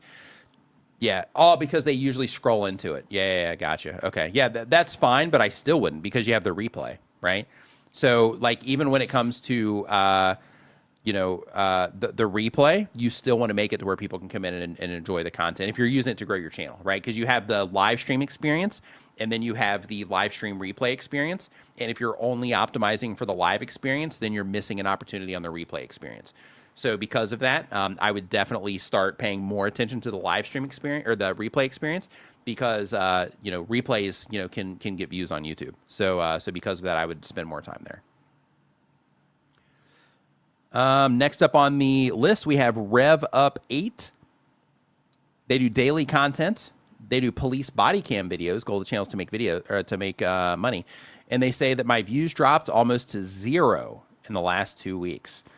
So if you're doing body cam footage, it's possible that you could be one of those channels that YouTube just sees as repetitive content, especially. You what do you mean 0? You just had 219,000 views from 1 day ago. Yeah, you're doing fine. Oh, you know what? Maybe I'm looking at your comparison channel. Hold on. I am. The right channel? I am. I'm looking at the comparison channel. Okay. Yep. How was that donkey sound? Was it pretty realistic? So, yeah, that was. Yeah, I was like, oh my gosh, are we in a room with a donkey? Who brought a donkey in here? I was like, he stepped out for a second. Did he sneak a donkey in here? I did. Yeah, that's what I was thinking there for a second. Yeah, I'm known for my donkey impersonations. Yeah, I know. I know you are. Yeah. So let's see here. So on your long form content, yeah, this is about a motorcycle with an aftermarket exhaust. So that's not a police cam video. It doesn't have anything like here. Let me just show you this real quick. So this doesn't say anything about this being anything police cam, body cam related. If you're trying to reach people into body cam footage, make sure that it's obvious here that you are, that it's body cam stuff. When it comes to shorts, yeah, this is probably where you're going to thrive. But if this is repurposed content, meaning, you've taken this content from other people and then posted this up here, then yeah, YouTube might deem this as just repetitive content.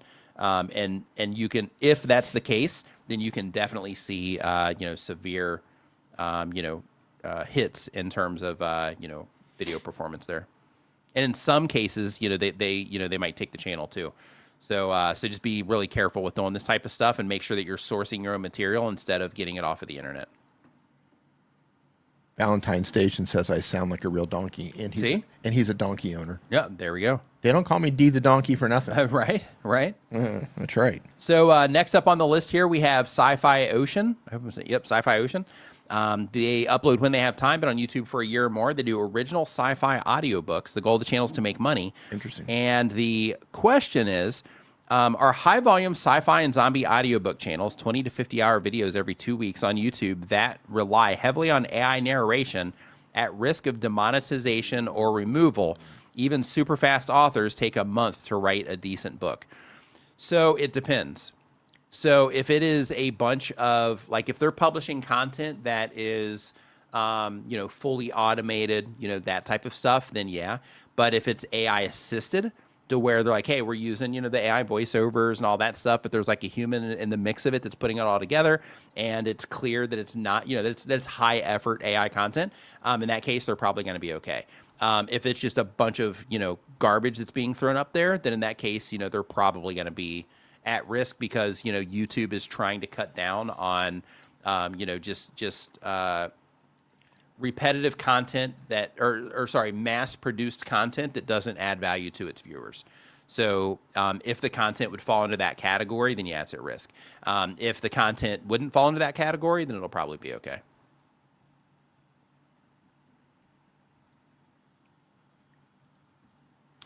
Undiscuplo Di Cristo is the next channel.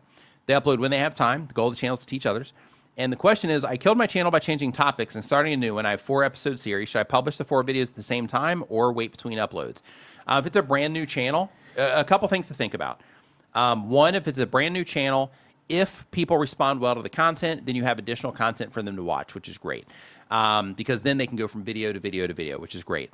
However, if you publish all 4 videos and then you're going to be like in the rat race of like, okay, now I've published all these videos. Now what am I going to do? I got to hurry up and make a bunch of videos and I'm stressed out about it.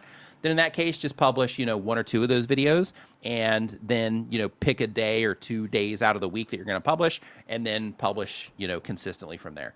So if you're just going to dump it all out there, like that's a good approach if the content gets a response because it gives YouTube more content to recommend them and that kind of stuff. But if you are going to stress out about it, then in that case I would dial it back, at least save a video for yourself so that you can be ahead just a little bit. Hey Ed, how you doing? Good to see you. Hey, what's up, Ed? Next up, we've got crispy applesauce. Nice. Sounds like an oxymoron there. When was the last time you had applesauce? Probably about a month ago. Really? Yeah, maybe 2 months. Wow. Yeah. They sell it at Rimping. Do they? So the type of channel is video essays and card gaming niche. The goal of the channel is to make money. And the question is, how can I better package my videos to boost CTR since videos have good retention? Let's see what it is that you're doing. And D, I need to step away for 1 second here. Yep. So I'm going to pull this up, and then I'll just put them on screen if you want to I'll just take a gander, and then you can pull them down if you want. That's okay. I'm going to answer a question. I took a question. Oh, here okay, when, okay. Yep. I'll cover that. All right. I'm going to answer a question from Navy Cop MA1, who asked a interesting question later. It says, how do you get out of your own head when trying to create the thought, or when trying to create, when the thought that nothing you do is perfect and production ready? Okay, so when nothing you do is perfect and production ready. I fight with this a lot in my life. Say yes in the chat if perfectionism slows you down, if you get in your way, if you get in your own way. Here's the thing. And I don't know how long you've been creating. I don't know how long you've been making videos on YouTube. But I can assure you that it's never perfect. You're never going to have the perfect production. Your edit's never going to be perfect. The thing you record's never going to be perfect. You're never going to say the right things perfectly. Your audio's never going to be perfect. The thumbnail's never going to be perfect. This is something that you have to learn to live with, releasing things that are not perfect in your brain. And I'll tell you why. All you can do as a creator is make the best thing that you're capable of making at the time. And it's easy to get in our own way. It's not perfect. It's not good enough. Listen, I've struggled with this my whole life. But you have to get to the point where you say, it's good enough, and then you release it, right? You have to have some level of quality. But you have to get to the point where you say, it's good enough, and you have to release it. And the audience will determine if it's good or not. You can get in your way and slow yourself down and not release things because you think it's not perfect. But number one, it's never going to be perfect because that's not something that's attainable. Because as your skill level increases, that bar that you set for yourself also increases. You're just constantly chasing it, and you're never going to hit it, right? And even if you think that you did hit it, you can release it, and the audience may or may not respond to it. So just like Diane says here, done is better than perfect. 100%. 100%. Make it to the best of your ability, put it out into the world, and the world will decide what they think it is. And that's one of the hardest things, I think, for creators to wrap their head around, is the fact that you can do your best. You can give it your all. You can do all the research. You can get all the skills, put everything together, build something that you are super proud of and that you just poured your heart into, and you give it to the world, and the world doesn't respond. And the world gives you a middle finger. And the world either gives you the middle finger or gives you no fingers at all. Yeah. And that can be You're like, what's going on? Where do my nubs go? What's going? Yeah, I don't have any fingers. Right. They just give you nubs. Yep. The world just gives you nubs. Mm-hmm. You wanted fingers, you got nubs. Yep. And I mean you disrespect to those of you without fingers. Yep. This is not that type of show. That's right. We don't discriminate against the fingerless on this show. Yep. Point being, this is not a digital-only live stream. That's right. Yes. Point being, the audience decides, and it can humble you really quickly. Mm. So just do it. Yep. You even throw some logs on the fire. Listen. You have to just say, I did the best I could. Here it is. And then you turn around and you do the best you can again, and you put it out there. And you do the best you can again, and you put it out there. And if you want to be critical, you can look at what you just did and say, okay, well, I screwed that up. I'm going to fix that one thing in the next video. Then you fix that one thing and you make the next video. Then you fix that one thing that you just screwed up in the last video. And you keep going that way, make it a little bit better. And people may or may not respond. So it's a hard thing to get over. I've struggled with that my entire life. But you can get over it just by saying, you know what, I just have to put it out there. But I will promise you this. The more you do it, the more comfortable you get with just putting it out there, the less it matters. And you'll also find something really weird. And I probably most of the people in here who have done this have seen this happen. Sometimes you put something out thinking that it's bad, and it ends up being one of the best things. Like you put something, you're like, yeah. Sometimes, yeah. Yeah, sometimes. I mean, sometimes it's garbage. Yeah. But things that I almost didn't publish ended up being some of my best videos. That tells me that my finger's not on the pulse of what I think my audience needs. Because you don't have any digits. Because I don't have any digits. Yep. Yeah. If you had fingers, then it'd be a different story. So listen, man, you have to get out of your own way. You have to make the video. That's right, Ron. Bob 48792 has no fingers. Bob, they got one finger. He's got one finger. He just types with the one finger. Yes. You make those videos, man. Get out of your own way. Yep. It's not that serious. Yep. Nobody cares, dude. Nobody. Yeah. Just make it, dude. Just make the thing. The best thing you can do is get out of your own way. Yeah. That's it. Listen, you're going to regret not making those videos. Yep. Because another year is going to go by. Yep. And you're going to say, yeah, I'm in the same boat that I am now. And it's going to be even more competitive. Yep. Get in there now, man. Yep. Get out of this stream and go make that video right now. So the question here was feedback on thumbnails. So the very first thing that I would work on is if you're going to use text, make sure the text stands out. So you can see here, like in this thumbnail, even at a big size, you can see how this text just kind of blends into the background. And you're also, even though you have your character in here, they're getting completely covered up by text. So basically, when you're putting your thumbnails together, move everything over here, like put the character over here, any text that you're going to use, then put the text over there, but make sure the text stands out. So what that means is either putting a bigger stroke around this, putting a drop shadow behind it, maybe making it a different color, something like that. But the goal is to where if you look at it like this, if you have text on it, you can still read the text. Now, as a part of that, you can see here that you have a lot of text on here and you can't read any of it. So by having, 3 words on here that are more impactful, bigger, bolder, easier to read, and that stand out against the background is going to be a better approach than having, all of these words on here. So, less is often more when it comes to thumbnails. So, try to lean into that a bit. And it's that way all the way across the board. Same thing here. Nice job on this video, by the way, but same thing here. This one, it stands out. You can see it here. It gets a little obstructed here. These words stand out here. It's a little blends in there, So yeah, I would work on that.